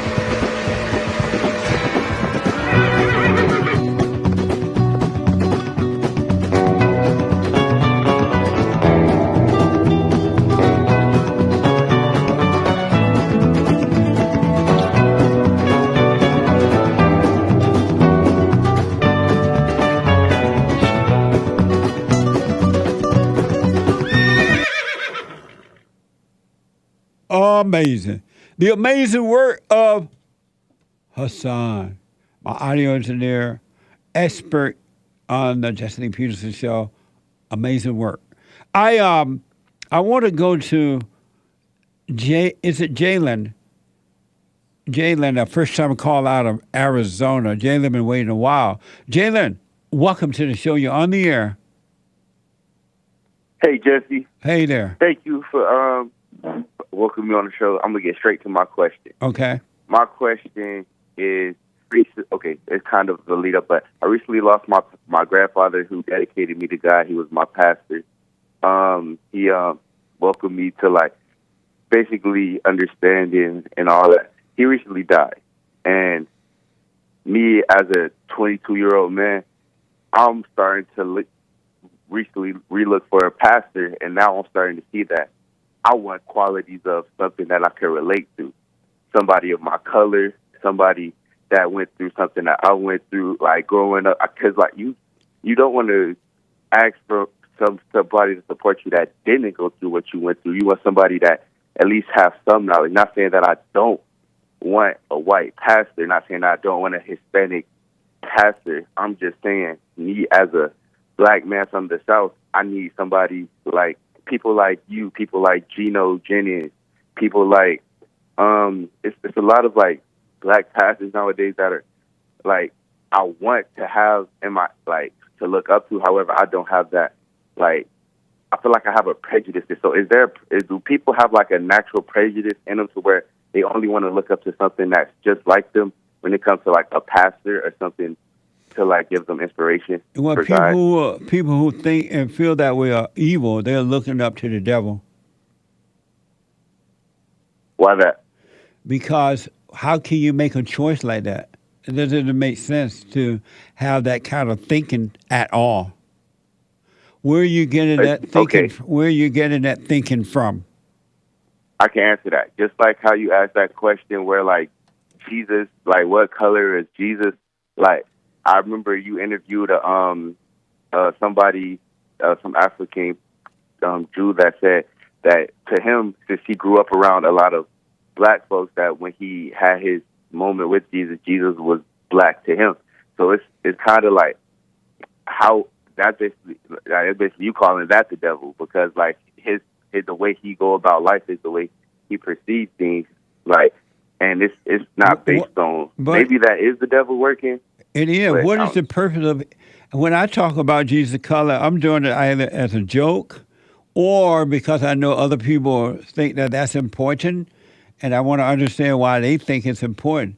Jesus' color has no reference at all. It has no meaning. It doesn't mean it's not going to get you anywhere. It's just an idea. Right.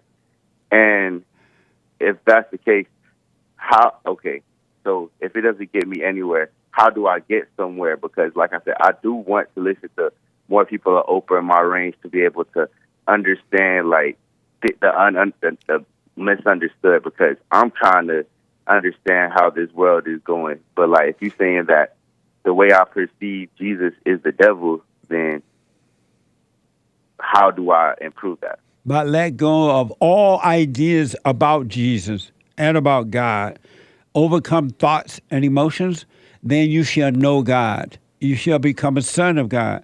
But you got to know him from within. You got to pay attention to what's happening inside of you. The answer is not outside of you. It's inside. Okay. And I have a second part to that question. It's kind of like separate. It has to do with homelessness.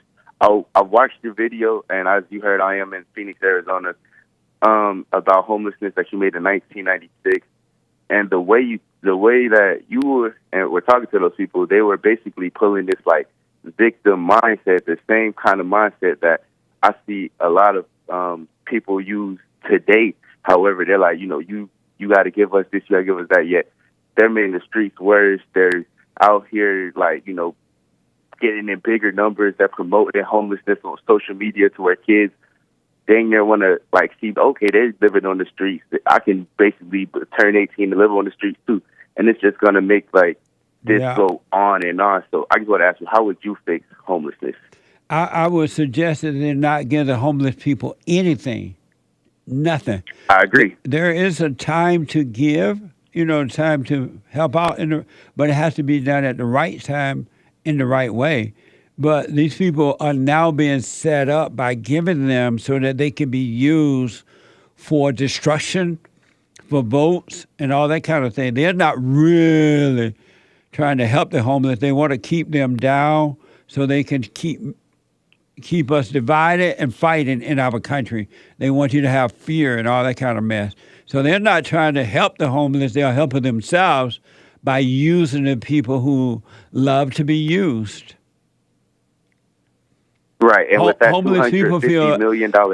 Homeless people feel as obligated to you to give them something in the same way that the people who go to these stupid schools and they want you to pay their tuition. They don't want to pay back their loans.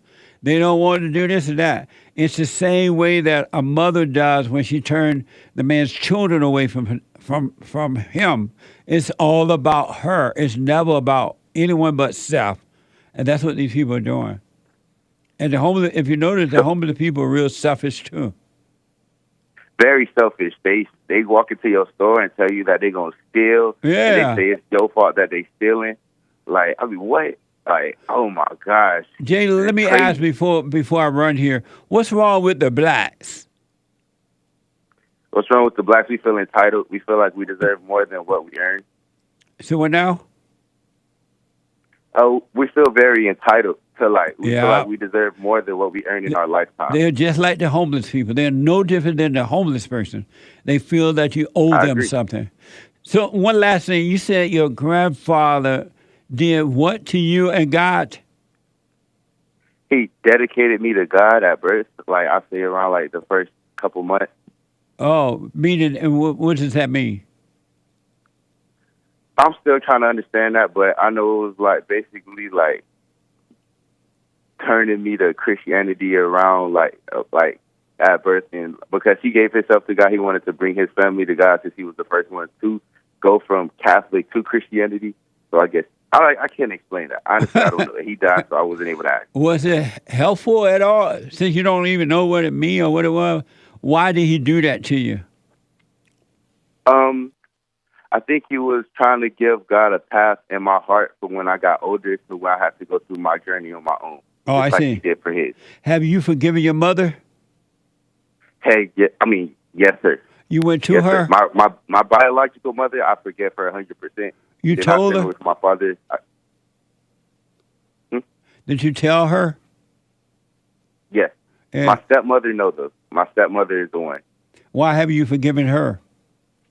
Because my stepmother, she, her family engaged in a lot of like pedophile activities with the youth in their life, and like with my mom, like my dad bringing me out to meet my stepmom, I was basically welcome to that, and that evil was brought into my life, and so it's kind of like now I'm in a time where it's like, how can I forgive her for like throwing me to those wolves, because it was really. Just my realize stepmother. that she can help it. The devil that's driving you and was driving your mother is driving your stepmother too. So forgive her so you could be free.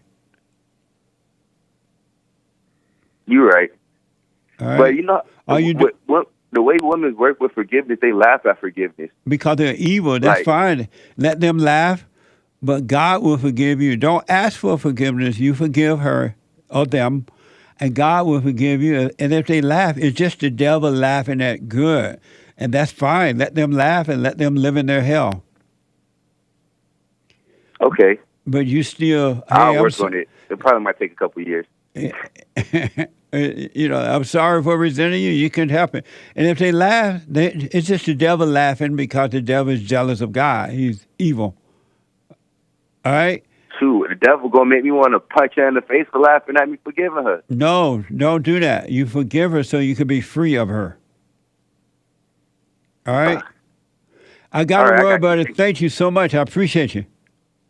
Yes, sir. Thank you. All right. Amazing. I love you, Peggy Sue. Ooh, ooh, ooh, ooh, my Peggy Sue. Peggy out of Texas, welcome to the show. You're on the air. Hi, Jesse. Hey, Peggy. Hey, that movie, The Pope Exorcist. Yes. Okay, the priest, after he did the exorcism, he told the mom, go to him, or he said, call his name or something. Anyway, he said, because a mother's love is the closest thing to God. I was like, wow, that's wrong. That's not right. Right. He also said, exorcism is my job, but the vast majority of the cases to which I'm assigned, do not require an exorcism. They just need a little conversation, a little understanding, and sometimes a little theater. But it was just Hollywood. It was just Hollywood. And so it was a Hollywood movie. So all of it I didn't agree with, but I liked the part where he was showing the devil in the details. Yeah, yeah. So, no, you're right. The mother's love is not the closest thing to God. The mother love is all hell because it's the nature of the devil. Yeah, the devil had his little point in there in that part. Yeah, so most movies are not perfect movies because they have to add a little drama into it. Hey, another thing that got my attention, but if you have a second, was when he said some guy's name, he became possessed, and he came into the church, and he's the one that started that Inquisition or something. He's the one that got Queen Isabella to, I guess, do the Spanish Inquisition or something. Do you remember that? And I don't know how authentic that is, but if it's not him, it's someone else, and it made me start thinking how the church and all religions have the devil in it. But it just became real. I know we know that, but it just became more real to me. Absolutely. And I want to thank you for mentioning that movie. So, okay. Yeah, that could have been reverse psychology, by the way, to kind of conjure that mama spirit out of her. But you're right. It was a lot of theater in that movie, but the primary points were about how human beings are possessed with evil. Yeah. Yeah. Amazing. It was. Thank you. You're welcome. Thank you, Peggy. Okay. I appreciate Bye-bye. it. Bye now. Check it out, folks. Really. But just know, just watch it and know there's going to be some Hollywood theater in it and let that pass. Let me go to a first-time call out of California, John. John, welcome to the show. You're on the air. Hey, Jesse, thanks for taking my call. Yes, sir. Hey, let me just tell you a little bit of my story. So I found your podcast. I mean, I found you on YouTube. Yes. So I just looked you up on podcasts and I found you. And this is like my third month watching you. I mean, listening to you. And I started listening to your church. And I feel like I've learned so much about myself and so much about God in these 3 months that I've had in years at church. So anyways, I was going to ask you, so I realized I was a complete beta in my marriage. Yeah. In my marriage, even though I thought I was the man, it was a little embarrassing, but listening to your podcast, it opened my eyes to how I need to take control of my family. I have 2 sons. Take control of my wife and take control of my family and not be a beta. It was really sad because, like, when me and my wife would fight, and I knew she was mad, I would literally follow her around. Like, if we went to the store, she was like, "Let's go to the store." Like, she would take control. Let's go to the store.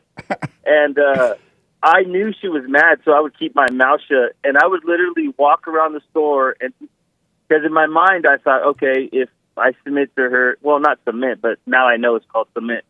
If I submit to her, she'll be happy and things will be back to normal. And listening to your show, I started realizing everything I was doing wrong. And you're right. I even started realizing my wife would turn my sons against me, you know. And something as simple as if I left my shirt on the floor after I got off work, my wife would tell my son, like, "Tell your slob dad to go pick up his clothes and put it away." Yeah. And my son was like, "Dad, stop being a slob and get your clothes." And then at that point in time, I told my wife, like, "There you go. Like, teach your sons to talk back to their dad. Teach them that. That's a great thing to teach our family." And I at that point, she talked to my son and said, "Don't ever talk to your dad that way." But let me fast forward. So I was listening to your podcast one day, and then I was like, you know what? I'm going to take control of my family. So I text my wife because she works, and then I said, "Hey, after work, before you go home and pick up the kids," 'cause my mom watches the kids, and that's another story. I was like, "Let's talk. I want to have a talk with you." I don't know if this is the right thing to do, Jesse, but we went to go eat. She's like, "What's going on?" And I told her, I was just like, "Listen, I've been listening to this godly podcast, and I realized that I'm not the man that I need to be. I need to be the leader of that household." And I told her, I know this is going to be hard because, like you said, once a woman has power, it's hard for her to let go of it. I told her, I know this is going to be hard for you, but I need you to submit to me, and whatever I say goes. And I told her, like, I want to be the man in the relationship because right now you are. I'm embarrassed to say that, but right now you are, and those days are over. And surprisingly, she was like happy about it. She says that obviously, but she told me that she was tired of leading this family, and she really wanted me to take control. And she will submit. She told me I will. And at first she said all this, and then she kind of tried to step back a little bit, and she said, "Well, in certain situations, can we both agree on it?" Or and I told her, "No, I have the last say. So this family, if if you want me to be the man that I need to be, then I'm going to say what I have to say. And she was thankful.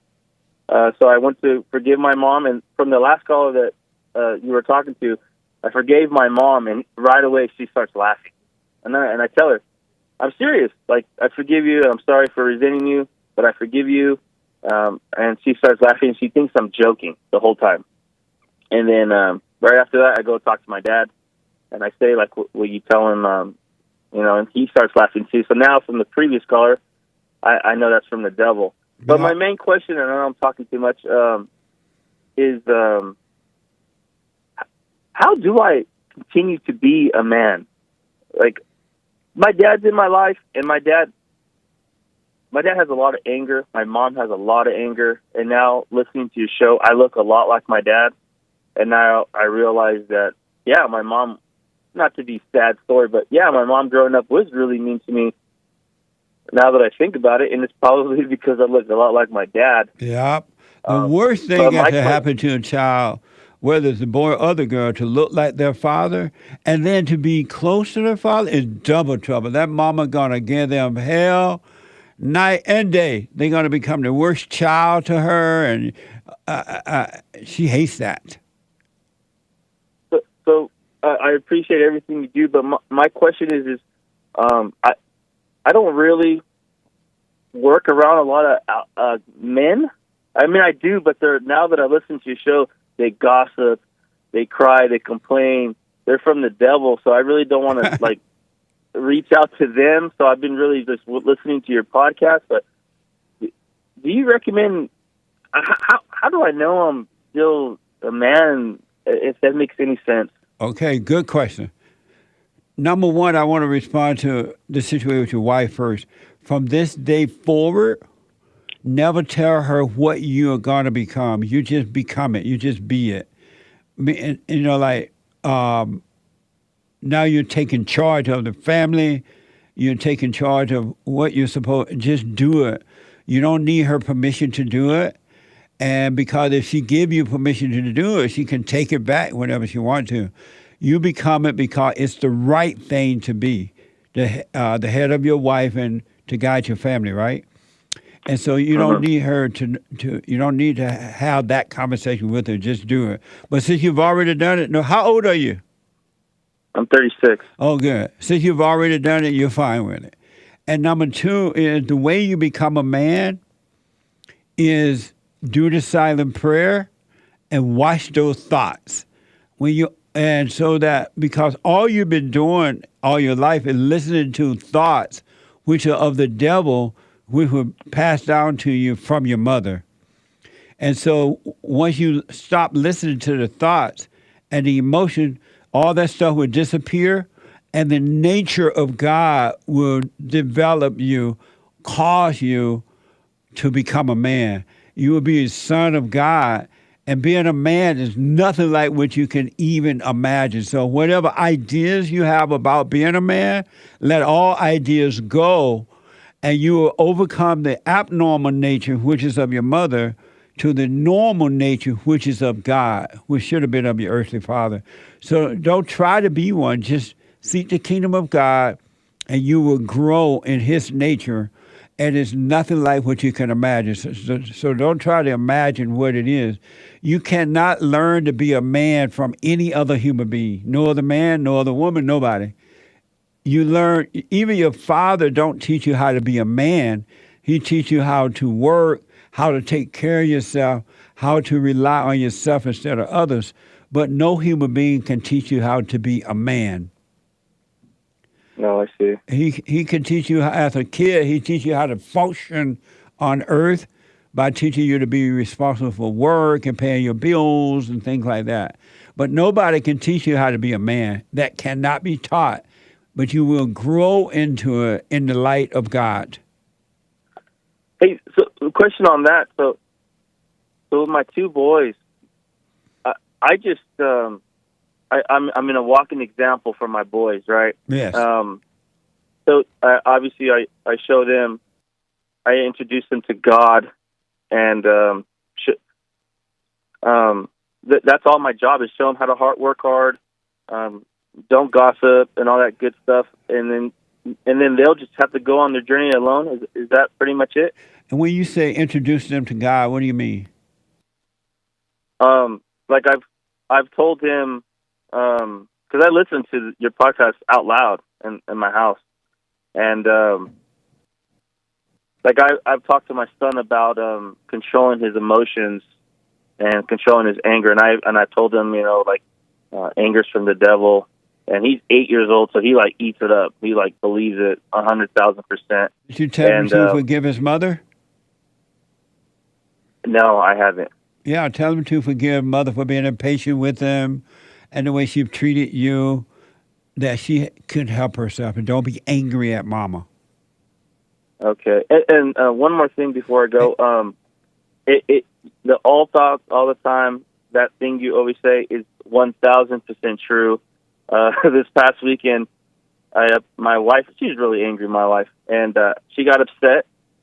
And in the past, when I would, like I told you before, when I would make my wife mad, I would, the thoughts would be in my head, even dumb thoughts, even like, oh my God, this is it. She's probably going to divorce me, or she, all those dumb thoughts. So this past weekend, she got upset, and I completely ignored her. Well, not ignored her. I just didn't even pay attention to her. I didn't fall for that, the devil in her, to make me feel a certain way. And and it works because I think my wife realized, oh wait, he's not like being how he normally is. So she got over it a lot faster because I mean, I'm guessing that she was so used to me just saying, like, I'd even ask her, like, are you mad? Like how I used to. Nice. Are you mad? Let's talk about it. I just completely ignored her, did what I had to do, and I think she got over it in her own self with her anger, and everything's fine. So it's like, hey, this stuff works. You haven't seen anything yet, man. It gets better as your mind becomes clearer. It gets better. It's life. It's like total real life and not hell life. It's heaven life. It's heaven on earth. Let me ask, why do your wife have to work? You guys, she have to work? She does now because we kind of are into debt. Oh, okay. But she has even mentioned, like, what if I just quit my job?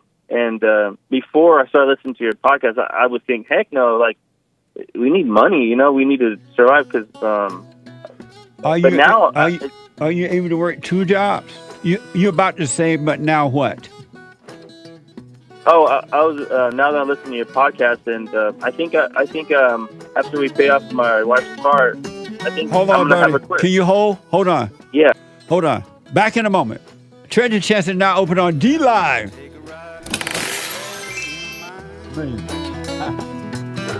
Take me all around to the thinking places where you spend your time. Ain't no place I'd rather go. You're a funny little critter and I love you so, man. I wanna take a ride and we'll bear in your mind. I come and sit down with me in a rocking chair.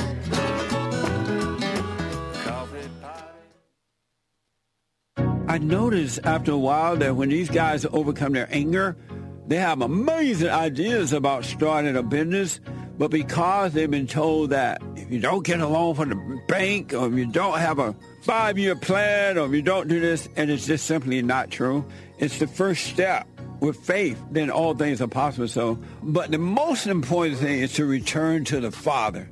That yearning that you have, that emptiness, that void, is not for more stuff. It's not for more friends. It is a return to the Father, because there's no way you can return to God and be angry at your earthly father. So thank you all so much, right? People around the world donated to Bond at rebuildingtheman.com, or they call 800-411-2663, and we're still committed to pointing the right way for men and women to return to the Father.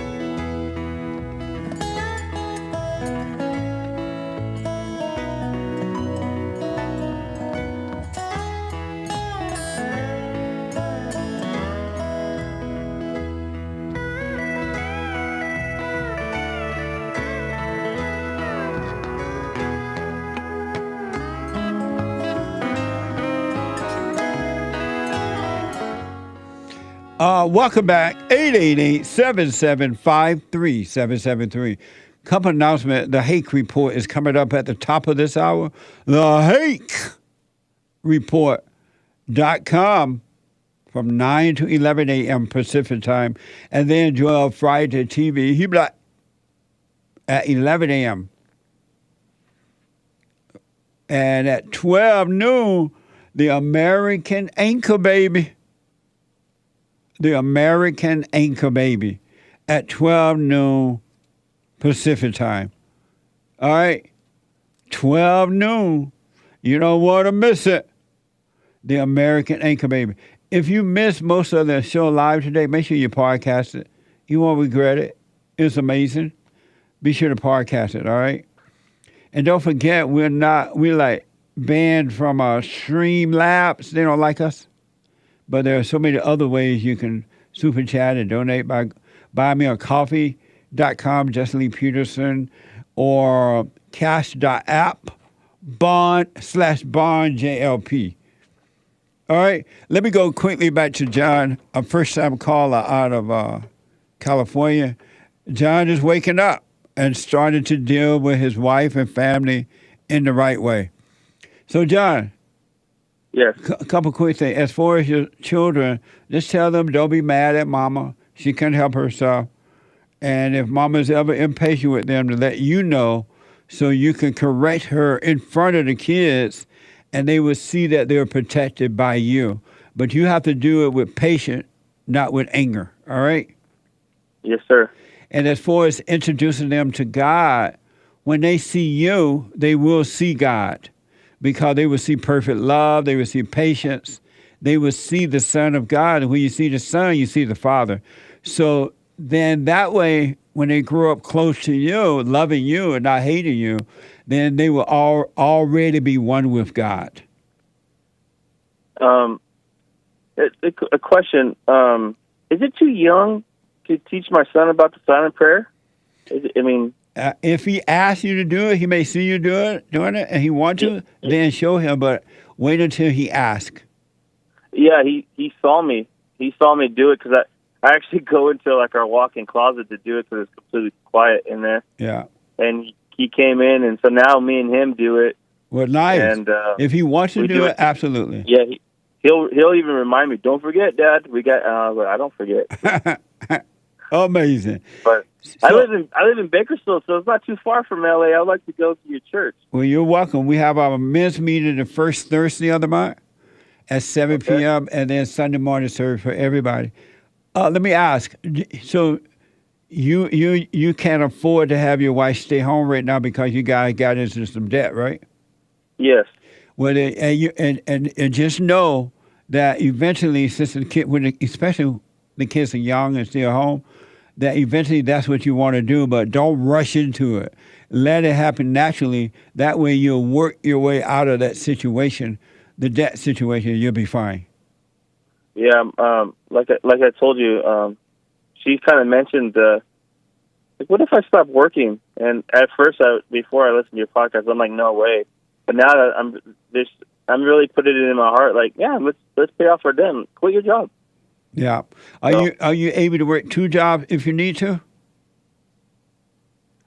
Yeah. I think I could find. Well, in Bakersfield, there's a bunch of work, so I'm sure I could find another night job. Right on. And the last thing, the right way to control your wife, for your wife to obey and to lead her, the right way is to not need her. You don't need her. When you don't need her love, which she doesn't have anyway, you don't need her to be a mama to you. When you don't need her, then you'll be able to lead her. Because what's going to happen when you don't need her, she can either stay or go. It won't matter. And that way she will have no other choice but to follow the light in you or to turn away from it. So when she sees that she's losing total control over you, she's gonna give you pure hell. And it's not her, but it's the hell that's in her that's trying to get control. Don't resent her. Don't give in to it, and you'll be fine. You're right, because like I told you, when she got mad and I didn't run to her, I could tell the difference. Yeah. Yeah, never cater to the hell that's in her. All that emotional stuff is nothing but pure hell, and it needs you to cater to it so it can stay alive inside of her. Has she gone and forgiven her mother? No. And She- why not? I've dived into this podcast and your services a lot. She has it, and a little bit of she's heard it. She's really defensive because you'll say stuff like, the woman needs to submit to the man, and unfortunately, her father and all her brothers are betas. So it seems like in her family, the women had to be the men. So I think at this point in time, she's still hard-headed. I guess the best word is as far as no, I don't need to forgive my mom for what like a lot of callers do. Yeah. But I'm sticking with it, Jesse. And her mother babysit your children? No, my mother does. Oh, okay. Her mother does. All right. Well, make sure you keep an eye on that because sometimes you tell the mother, the babysitter, don't give my kids any cookies today. Oh my, yeah. And that's, they'll say, that's okay. another 45 minutes. Yeah, and they'll say, that's okay. another 45-minute story about my mom. So And the she's moment, in her hell too. yeah, and the moment you leave, you give her the cookie and say, don't tell your daddy. So next time when you catch your mother doing things that you know she should not be doing, you be straight up with her. I told you not to do that. If you continue to do it, I'm not going to let you babysit my children. You're not going to be able to come around them. Yeah, the plan is when my wife quits, I'm going to take my kids away from my mom. Yeah. All right, Jesse, I appreciate you. All right, but just be patient. You're going to grow into those things. Don't force your way into them. You're going to grow into them naturally, and you'll be fine. All right. God bless you. I wish you well. And stay with I the will. prayer morning and night. No matter what situation comes, stay with the prayer, and you'll be fine. All right. Thank you, Jesse. All right, buddy. Amazing. Bye now. Super chat. There's a line open to 888. Super chats. 888-7753. 773. 888-77. Jesse, I want to finish up some of these super chats, and then we'll get back to your calls and other items here. Super. Greenwall with the diamond on D Live says, he asks, is it possible to put a curse on someone? No. All right. Because if they don't believe it, how you going to put it on them? All right. You could say, I'm going to put a curse on you. And the moment, if that person believe it, then it's what it's not even happening anyway, but it just seems to be that way. But if you don't believe it, no. Sometimes in the movies, they do it without them even knowing it. And that's in the what? Movies. In the what? Movies. I rest my case. What about the voodoo dolls that the blacks do, the Haitians? Are they Haitians?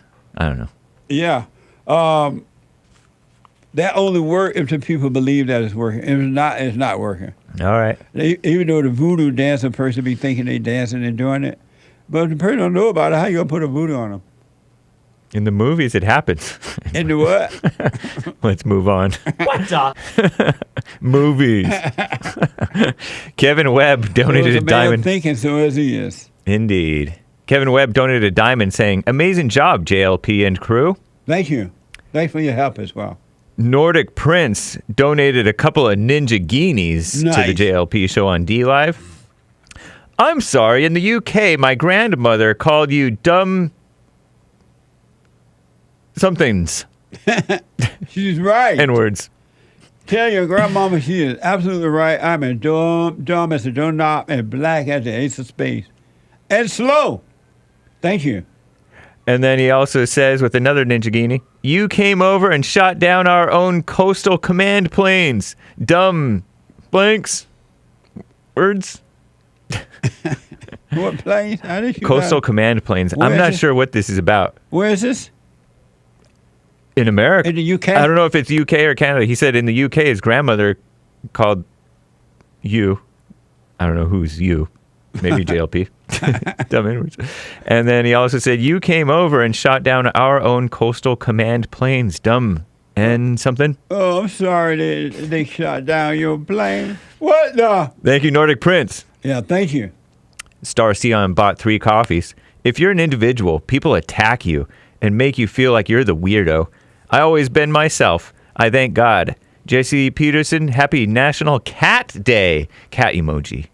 What is Jesse's figure doing up there like that today on this contraption here? Riding high.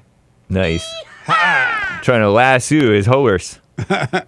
And if you become an individual, no one can make you feel anything if it's not in you. They only bring it out what's in there. If it's not in you to feel anything, no one can make you feel anything. Thank you, Sion. I appreciate it. And so Hassan put that there because right now it's kept falling over. So What the? It's a way to make it work. Thank you, Sion. Someone in the chat said, no guest today? The guest is rescheduling due to technical issues on his end, right? Right. Yeah. He was having problem with on his end, so he had to reschedule. Thank you. Henry Ford Lives donated a diamond on D-Live. I finally won some shekels. Can you believe it? And that's a redistribution of lemons from the treasure chest opening. Thank you. A couple more diamonds. Evgeny Crosby says, hey, Hake, YouTube loves guys who swear a lot, so when your ban is lifted, swear up a storm. I know, huh? Crazy. I was listening to that #1 Twitch streamer who sparked a riot allegedly in New York at that park. I don't know if you heard about that. He's like this black #1 Twitch streamer with braids on. We talked about that. I saw a little clip of him. He's like cussing like crazy and saying N-word like crazy. I'm like, this is black privilege. But I guess you whites could do that too if whites just did it and didn't apologize. Yeah. That was the guy that told the blacks to come down to New York. I'm going to give y'all some free stuff. Yeah. And talking about his PS5s that he's going to give away. Black people love free stuff. Look how many showed up for it. I didn't see, but I saw a crowd and I heard of arrests and shenanigans. It looked like South Africa. Yep. It was a mess for free stuff, affirmative action, reparation now, reparation forever. It was a large gathering for some free stuff. What the? Thank you. Chill and Lean bought a coffee. Jesse, what do you think about the second coming of Jesus that Paul and others have commented on multiple times in the Bible? He has come. He is inside of you. And thank you, guys. I do believe that is all for now. Amazing. Amazing. He is inside of you, and if you can see that, you will have perfect peace on earth. Remember, you're supposed to come and bring peace? It's here already. It is done. He lives in you. Let me go to Scott out of Arizona. Scott, welcome to the show. You're on the air. Morning, Jesse. I hope you're well. All is well, Scott. Beautiful. Hey, so as I've been growing in myself and learning more about myself, I've noticed the ways I'm possessed and how, like, my identification with words and things, like, fill me with these spirits. And I started to notice, like, everyone else, too. And I'm curious, I'm getting to the thought, like, are there multiple demons, or is it all just the spirit of Satan? You say, are there multiple demons? Yeah. Oh, and even yeah, if there are a like, truckload of demons. And okay. they're called depression, they're called suicidal, they're called racism, they're called white privilege.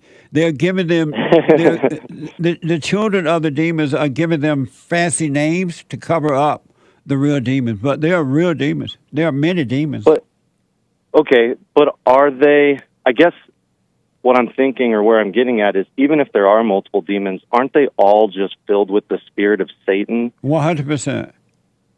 So it really just comes down to black and white, good and evil, right and wrong, God and Satan. It's only good and evil. That's all that it is. There's nothing else does. Beautiful.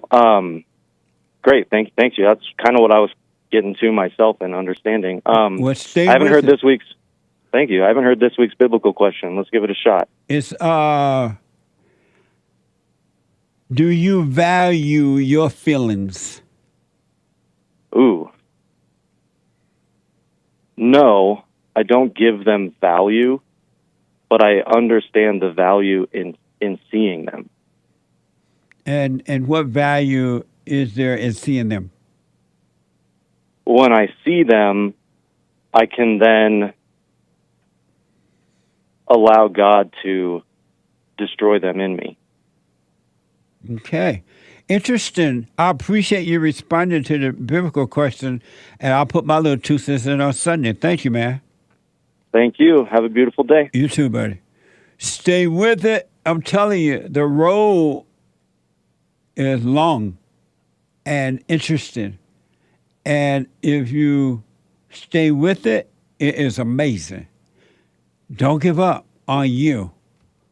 Don't give up on you. All right? Stay on that path. Stay with it. Stay with the prayer. Become your own man, your own woman. Stay with it. Stay with it.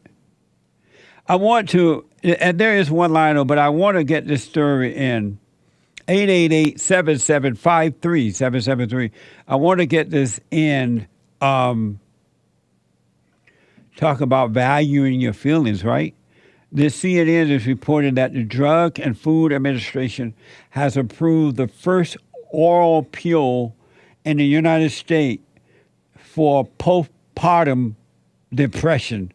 Watch this from PBS. Postpartum depression is among the most common complications of childbirth. Every year, it afflicts about 500,000 American women, and it's among the leading causes of pregnancy-related death. And yet, the Centers for Disease Control and Prevention estimates that more than half of the women experience it are never treated for it. Now, the Food and Drug Administration has approved the first pill for postpartum depression. So I think the most significant aspect of this development is that it may normalize the concept of postpartum depression. It will make family members, friends, even healthcare providers just that much more aware of the significance of depression and anxiety symptoms, and they might help support that new mom in seeking help when there are those symptoms. So sadness, feeling extremely blue, suicidality, difficulty with sleeping, difficulty with eating. But also in the maternal phase, we see these symptoms overlapping with extreme anxiety, concerns about inability to take care of the child, inability to take care of themselves. It's hard to recognize and act on them at first because they're so busy with everything else. They're busy with taking care of the new baby, maybe other family members, children in their family. Sleepiness and dizziness seem to be the most common side effects. Certainly with any kind of medication that's used for mental health, we also see a slight increased risk of suicidality. So again, there's opportunities for future work, but this is a great start, especially for people for whom depression might be a new experience, or it might be a bridge to other long-term medication. What a dumb, educated female, right? And she tried to make it sound so pretty and so helpful and so right and so loving. It's all evil. They're going to give you pills for spiritual issue. Ladies, if you want to not have postpartum depression, overcome anger. Overcome evil. And you will have a clear mind and you'll be fine. Pills will not solve spiritual issues. You're just going to be a high angry person. Educated people are the dumbest people on this side of heaven. The more degrees they have, the worse they are. You better be trying to take control of your own life. Amazing. But that's the Food and Drug Administration. That lady sounds so stupid, it's not even funny. Trying to make herself seem right and sound good. If you value your feelings,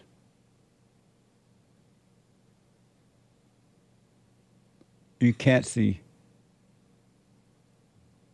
I want you to hear another campaign from the Great White Hope, Donald Trump, a strong and clear message from a real leader. Watch this from Donald Trump. With you at my side, we will demolish the deep state. We will expel the warmongers from our government. We will drive out the globalists. We will cast out the communists, Marxists, and fascists. We will throw off the sick political class that hates our country. We will rout the fake news media, and we will liberate America from these villains once and for all.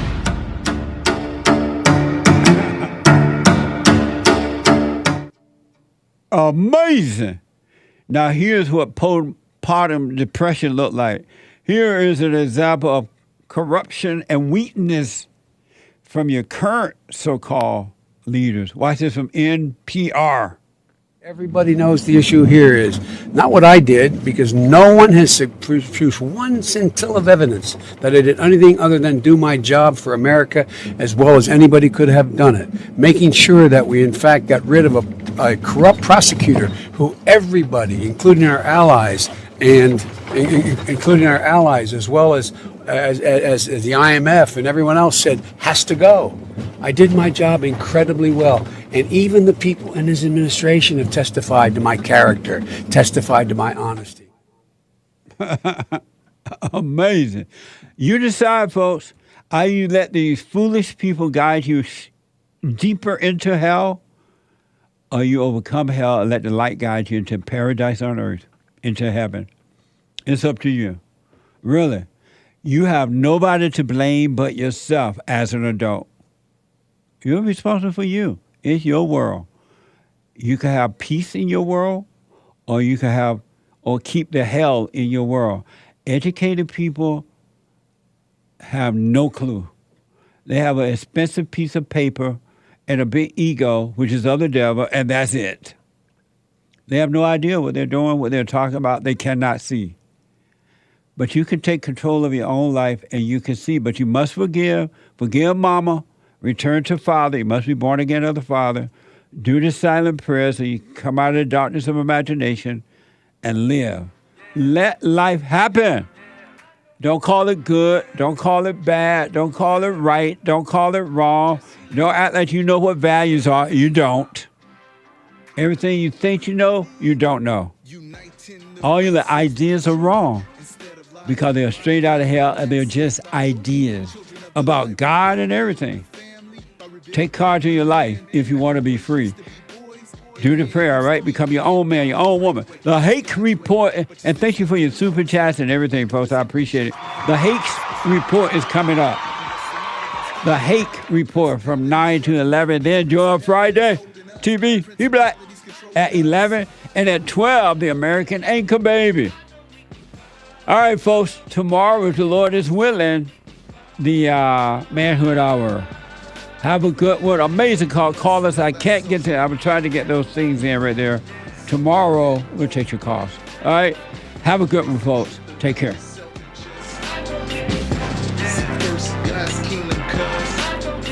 the life that we all desire. Serve the God that we all admire. Stand up and be true. I know we can be perfect just like you. I know we can find a way to man up and stand up for what's right if we give our plans up. I know we can have faith in the unseen while we stand up and get back to the way we were designed to be.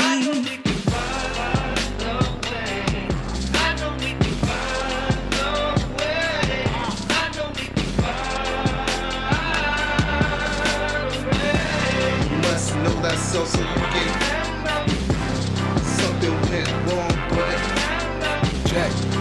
I had to get on the track one time. Joel Friday here. Check. Look, stand up. We got fighting to do. We gotta show 'em who boss. He put a Viking in you. He put that lightning in you, igniting the truth. But you beg and blame and lie and hate and never wanna stand for the truth. So what you planning to do? You understand in the loop. You better go talk to your mama, better stop at the drama, better drop all the trauma. Boy, you better stand up and up. Put your hand up and hut. Cause if you don't, then we lose, and then we gotta hear the fake news. Whoa.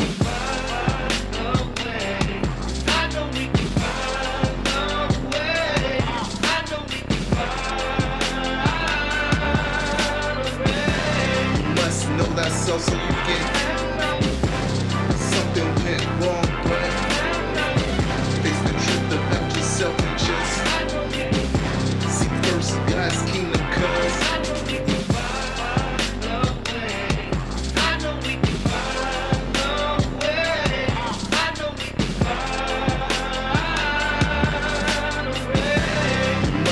that's so you can. Something went wrong, but face the truth about yourself and just seek first God's kingdom, cause I know we can find a way. I know we can find a way.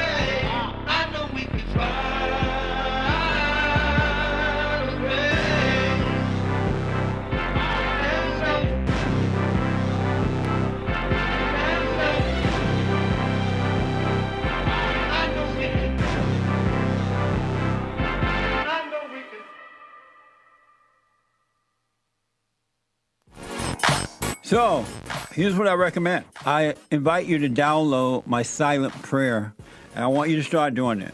You just download it, get the points of how to do it, and then after a while, you just do it on your own. It's going to point you in the right direction that your life will be returned to you from God. He will give you your life back, because anyone and all people who has anger, they're not themselves. You are the person that you are angry at. That's why it's so important to get to know yourself so that you can see who you're angry at.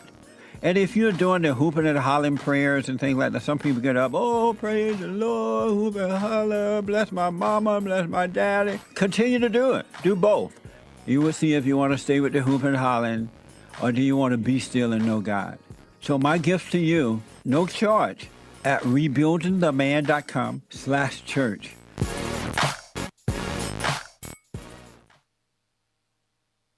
I noticed after a while that when these guys overcome their anger, they have amazing ideas about starting a business, but because they've been told that if you don't get a loan from the bank, or if you don't have a 5-year plan, or if you don't do this, and it's just simply not true, it's the first step.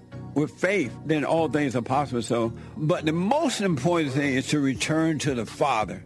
That yearning that you have, that emptiness, that void, is not for more stuff.